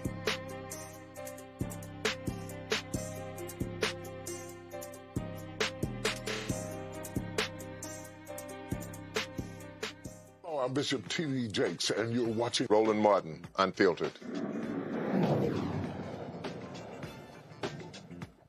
The Alabama Congressional delegation on Wednesday had a moment of silence on the House floor honoring the last surviving combat pilot. It was a Tuskegee Airman. They honored the life of Lieutenant Colonel George Hardy. Hardy died on September 25th at the age of 100. He was a veteran of 3 wars and 136 combat missions. He was the youngest Tuskegee Airman red tail fighter pilot to fly his first solo combat mission over Europe when he was 19 years old. Congressman Shamari Figures led the Alabama delegation on the House floor in honoring this American hero. Thank you. Mr. Speaker, I rise with the Alabama delegation, including one of our U.S. senators and many others here on the House floor, to pay respect to the end of an era. One of the most improbable, inspiring, and truly remarkable chapters in American history quietly closed during our most recent break. Lieutenant Colonel George Hardy, a veteran of Vietnam, Korea, and World War II, passed away. And this is not a name most of us know in isolation, but we all know the story of the black men who were trained as pilots on airfields in the backwoods of Macon County, Alabama, who would go on to become what the world knows today as the Tuskegee Airmen. Lieutenant Colonel George Hardy was the last surviving Tuskegee Airman who flew combat missions in World War II. He was born in Philadelphia at a time when the military was not integrated, but by the age of 19, he was flying combat missions over the skies of Europe, defending and liberating rights and freedoms abroad that we all know he did not enjoy even back at home. But despite that, Lieutenant Colonel Hardy, he kept the mission first, front and center. And with the other Tuskegee Airmen, they exceeded expectations, and they left behind a spectacular record of service and accomplishment. And though these men took off as the unlikeliest of American heroes, they landed as what is possibly the greatest, most well-known, most well-decorated fighting force in this nation's history. And so as a young man now that has the privilege to represent Tuskegee, it is my honor and it is my obligation, my duty, to stand on this House floor and acknowledge the life, the legacy of Lieutenant Colonel George Hardy and the Tuskegee Airmen and all of those who have served this nation. And with that, I will yield to my colleague from Alabama, Gary Palmer.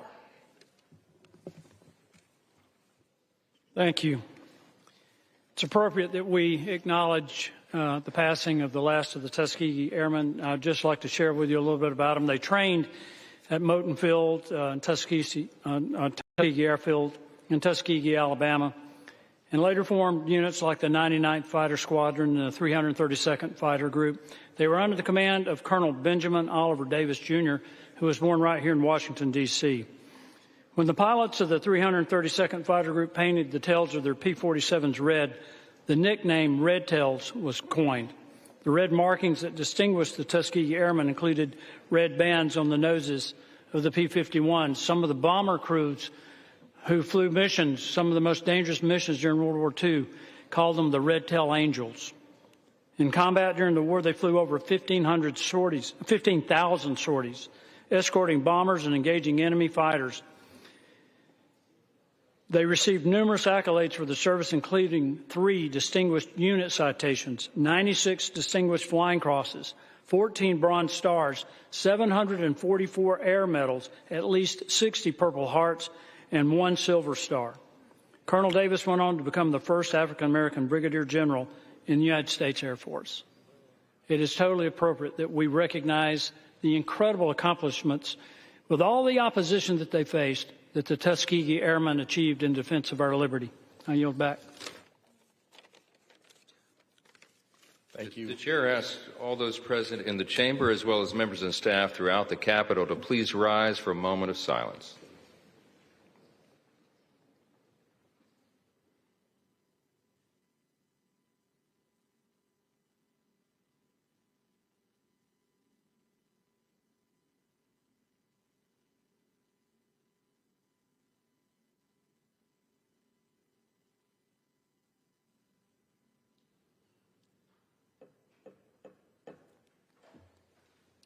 Thank you, Mr. Speaker.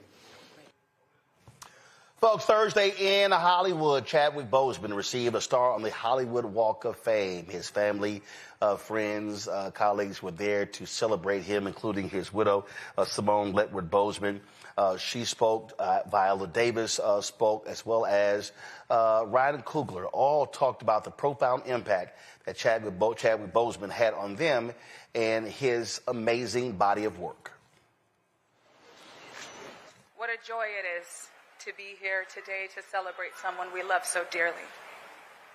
Thank you to everyone who made this day possible, our friends and sponsors at Disney, Marvel Disney, Anna Martinez, and the Hollywood Chamber of Commerce. In life, Chad was more than an actor or even an artist. He was a spiritual teacher, fortified by a family and close friends that kept him grounded in faith, a team that believed in him, protected him, and fought for him, colleagues that trusted his vision, that lifted him up and forged a real brotherhood. You have no idea how pivotal those moments were. Thank you. Chad taught all of us a great deal. His heart was so vast, he could give each and every person a specific part of him and still have so much left to share with the world. Shortly after he passed, Chad came to me in a dream and said that there was only so much that he could do from here. These words were echoed by a close friend only days later, as if to say, in case you didn't hear me the first time. I still smell incense in the wind and see his repeating pattern, like being the 28th recipient of an honor on the Walk of Fame, for example. These synchronicities that are far too frequent to be called random remind me that he's still teaching. Chad, today we recognize a lifetime of artistry. We recognize your skill and your devotion, and we cement your legacy as a hero and an icon. You lived with honor and you walked in truth. You are as brilliant as you were beautiful, and as courageous as you were kind.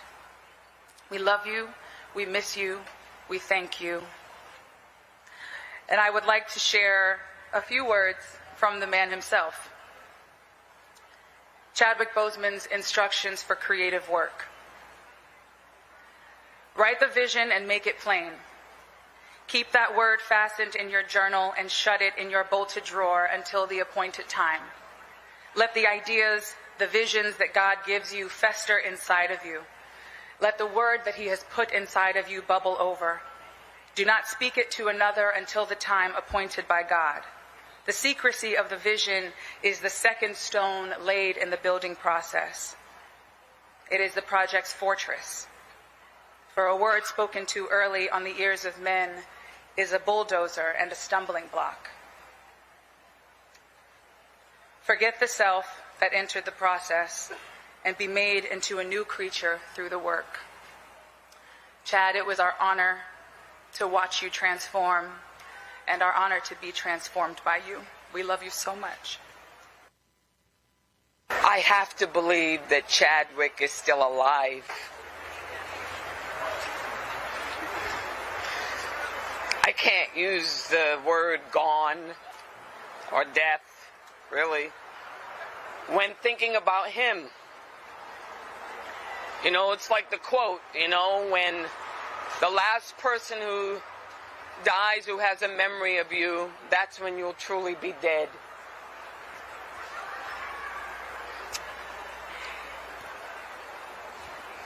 My memory of Chadwick is we did Ma Rainey's Black Bottom soon before he left us. And he was always trying to engage me on the set. Always sort of telling me in like unassuming ways that I think that he understood the cap of success, but the true power and significance of transcendence. And that was usually the gist of all of our conversations, of sort of what happens when you realize that you're possibly transitioning, that there's something else, right?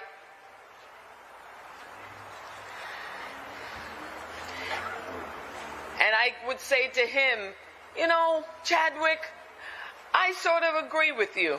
There is a cap to success.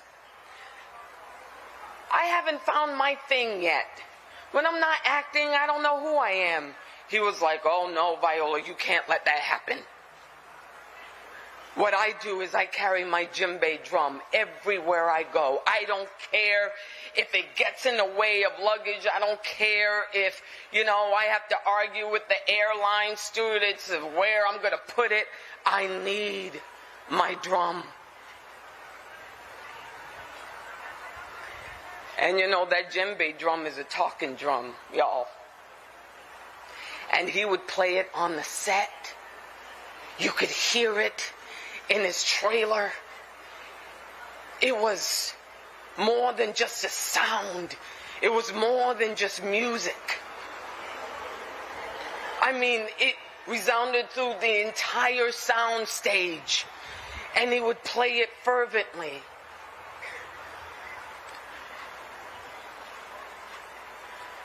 Chadwick, you channeled the divine. You were a conduit, a source of connectiveness that every single human being who is on this earth is searching for. Trying to connect to each other. Trying to connect to our art. Trying to know, like the Cherokee birth blessing, may we live long enough to understand why we were born. That was Chadwick. More than just an actor who you can observe on screen doing wonderful work. It was work that reminded us that we are less alone.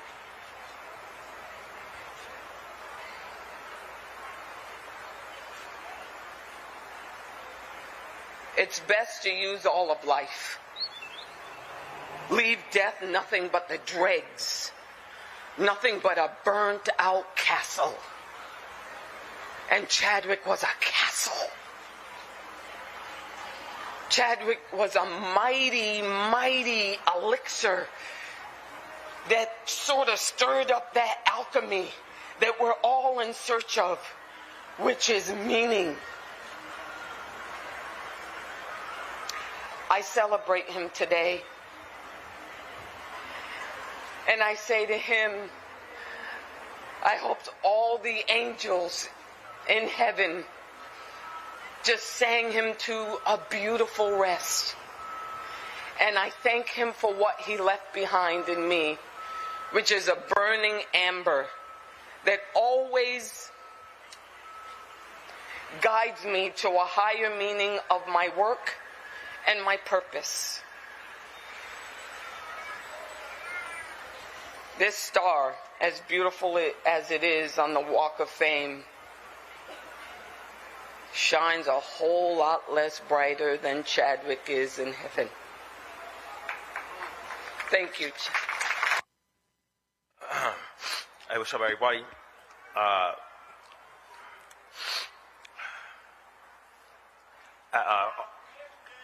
When I asked that you guys bear with me a bit, I never had to speak about Chadwick directly since his passing. So I'm gonna do my best.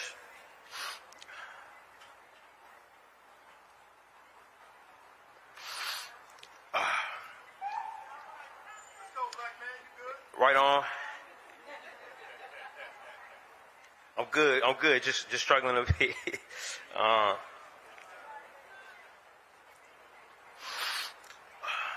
When I think of Chadwick Boseman, I think of three things: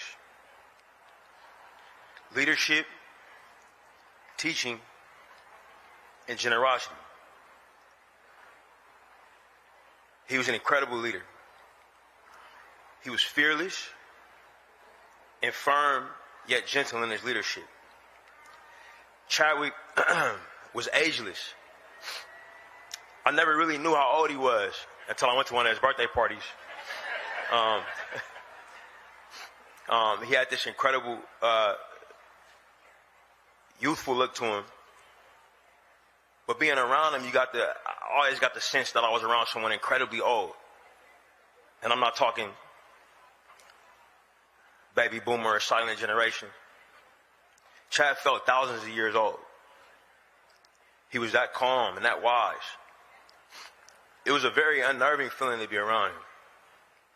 Our first time together, we were completely alone. And he somehow snuck into a hotel room I was in during a massive press tour for Creed. Sylvester Stallone was there, the great Michael B. Jordan was there, the great Tessa Thompson was there. It was crawling with press, but he got by all of them for us to have a one-on-one meeting to talk about working together on Black Panther. And I was so impressed by that. I asked him how he got past everybody, and he smiled at me and said, "That was the Panther."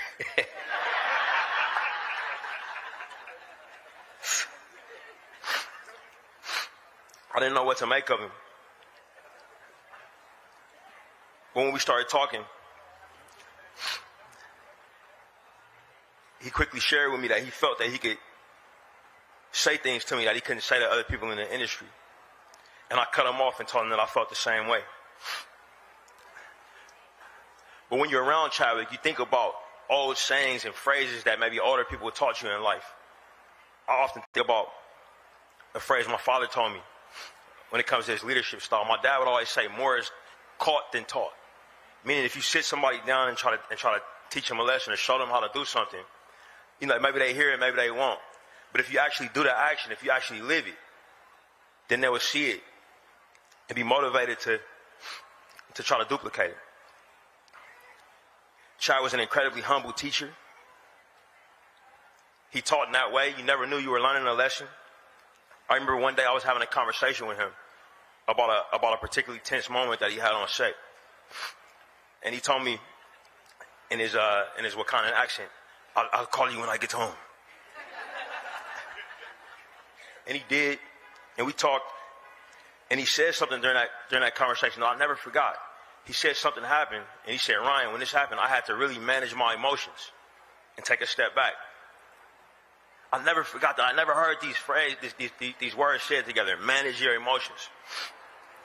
And I'll tell you guys right now, I'm a father of 3 kids, and my wife Zenzi can attest to you. I say this to my children every day. Today, going to class, you got to manage your emotions. Hey, mom and dad got to go down to LA to do something for Uncle Chadwick. I know you're sad, but you got to manage your emotions and still take it to school today.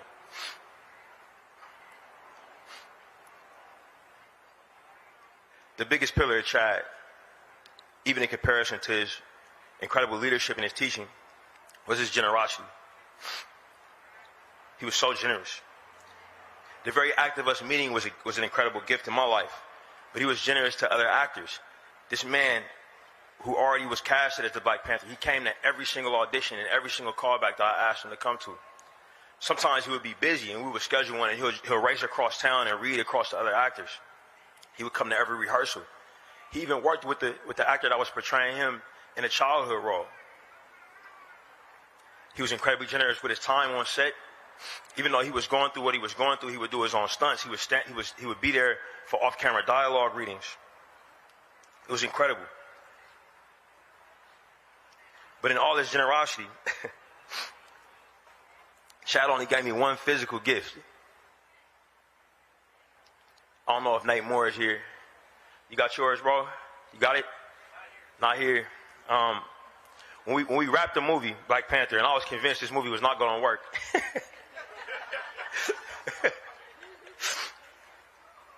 Chad took my hand and he bent this copper bracelet around it. Check out Chad's brothers. His hands were massive. If you see his big bro Derek, his hands is about the same size. but he took both hands. It was like a vice grip, you know what I mean? and what's crazy about Chadwick is I never have been strong enough to bend this thing. I actually thought I misplaced it and looked for it frantically after he died.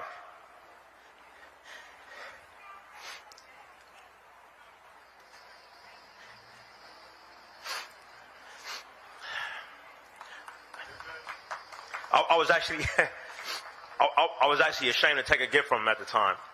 So I pulled it off and I stashed it somewhere, put it in storage somewhere in the Bay Area, because I took him for granted. I figured he'd always be around. And the gift could be something I could get to later. But after he passed, I frantically looked through storage units, tried to find it, and I put it on and I tried to bend it, and then it ended up snapping. So I had to have my assistant take it in to get it repaired. But they shined it up, and I figured I'd wear it for a special day. Ended up being today. But he gave me so many, sorry. But he gave me and us so many other gifts. The gifts of his incredible performances, which inspire actors all over the world, which inspired the actors that we worked with. The gift of being close to greatness. This is something that people who maybe play ice hockey with Wayne Gretzky can attest to. Maybe people who play basketball, Michael Jordan, can attest to. There's something special about being that close to somebody that great. You realize how much you don't measure up, but you also realize how much the human body is capable of. Chad showed that every day. And his generosity extended to the fact that even when he knew his days were limited and his moments were numbered, he still gave to the art form. He still threw himself into the fire of close-ups across from Viola Davis,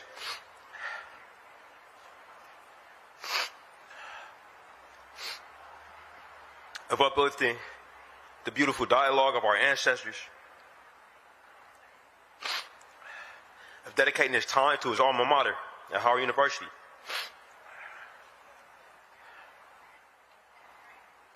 He passed, but like Viola said, he's still here, he's still kicking, he's still giving me gifts from beyond the grave, the gifts of hugs from his best friend Logan, the gift of the friendship of his family, and the gift of his wife Simone, who's from the Bay Area like me and Zinzi. Chad and I would always talk about spending time there when we was off.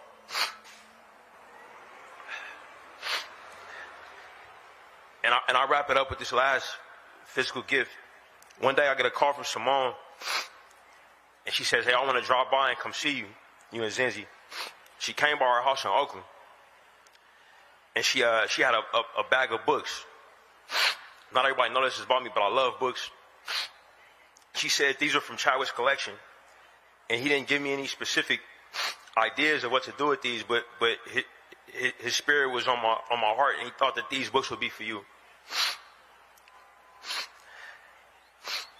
And every single book ended up being something that I needed.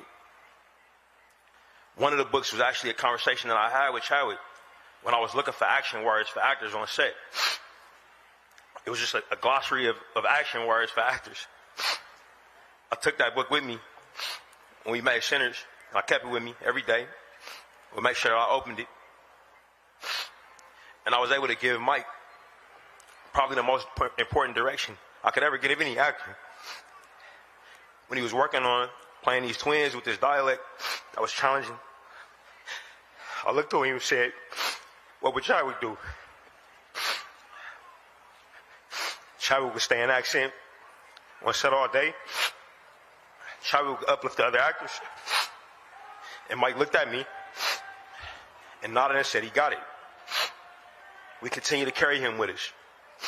Chadwick's a star, deserving of a star on the Walk of Fame. But he was also our most incredible jewel. He reflected light, he refracted it. And when he did, he showed the greatness of our people. in the universe of our shared humanity. Thank you, Chad. Folks, I can attest Chadwick Boseman was indeed an amazing brother. So that was a great ceremony there. His brother, Derek Boseman, had reached out to me, wanted me to be present there. But because we were covering some other news issues, could not be there. So this was a way for us to certainly pay tribute to the great Chadwick Boseman. Lost him way too young, way too early at 43. Folks, that is it for us. We appreciate all of you for watching today's show. Thank you so very much for joining us. Lots of stuff we focus on this week. We appreciate all the folks who have been watching. Be sure to spread our articles, share clips, let folks know about this show. This is the only daily news show that centers African Americans. We do this every single day, covering the stuff that matters to you. And we do it because we believe that we should be centered. If you want to support our work, please do so by joining our Bring the Funk fan club. Your dollars make it possible for us to be able to pay staff, to cover travel, for the offices, all this good stuff. And so if you want to join our Bring the Funk fan club, do so via Cash App by using the Stripe QR code. You can also use it for credit cards. PayPal is R Martin Unfiltered. Venmo is RM Unfiltered. Zelle, Roland at RolandSMartin.com. Roland at RolandMartinUnfiltered.com. Also, download the Black Star Network app. Apple phone, Android phone, Apple TV, Android TV, Roku, Amazon Fire TV, Xbox One, Samsung Smart TV. If you want to get our Black Star Network Roland Martin Unfiltered swag, please do so by going to shopblackstarnetwork.com. Shopblackstarnetwork.com. T-shirts, wall art, mugs, you name it, we got it. All that stuff right there. And if you get one of our shirts or one of our products, take a photo, post it on social, and I'll show it to you on the show.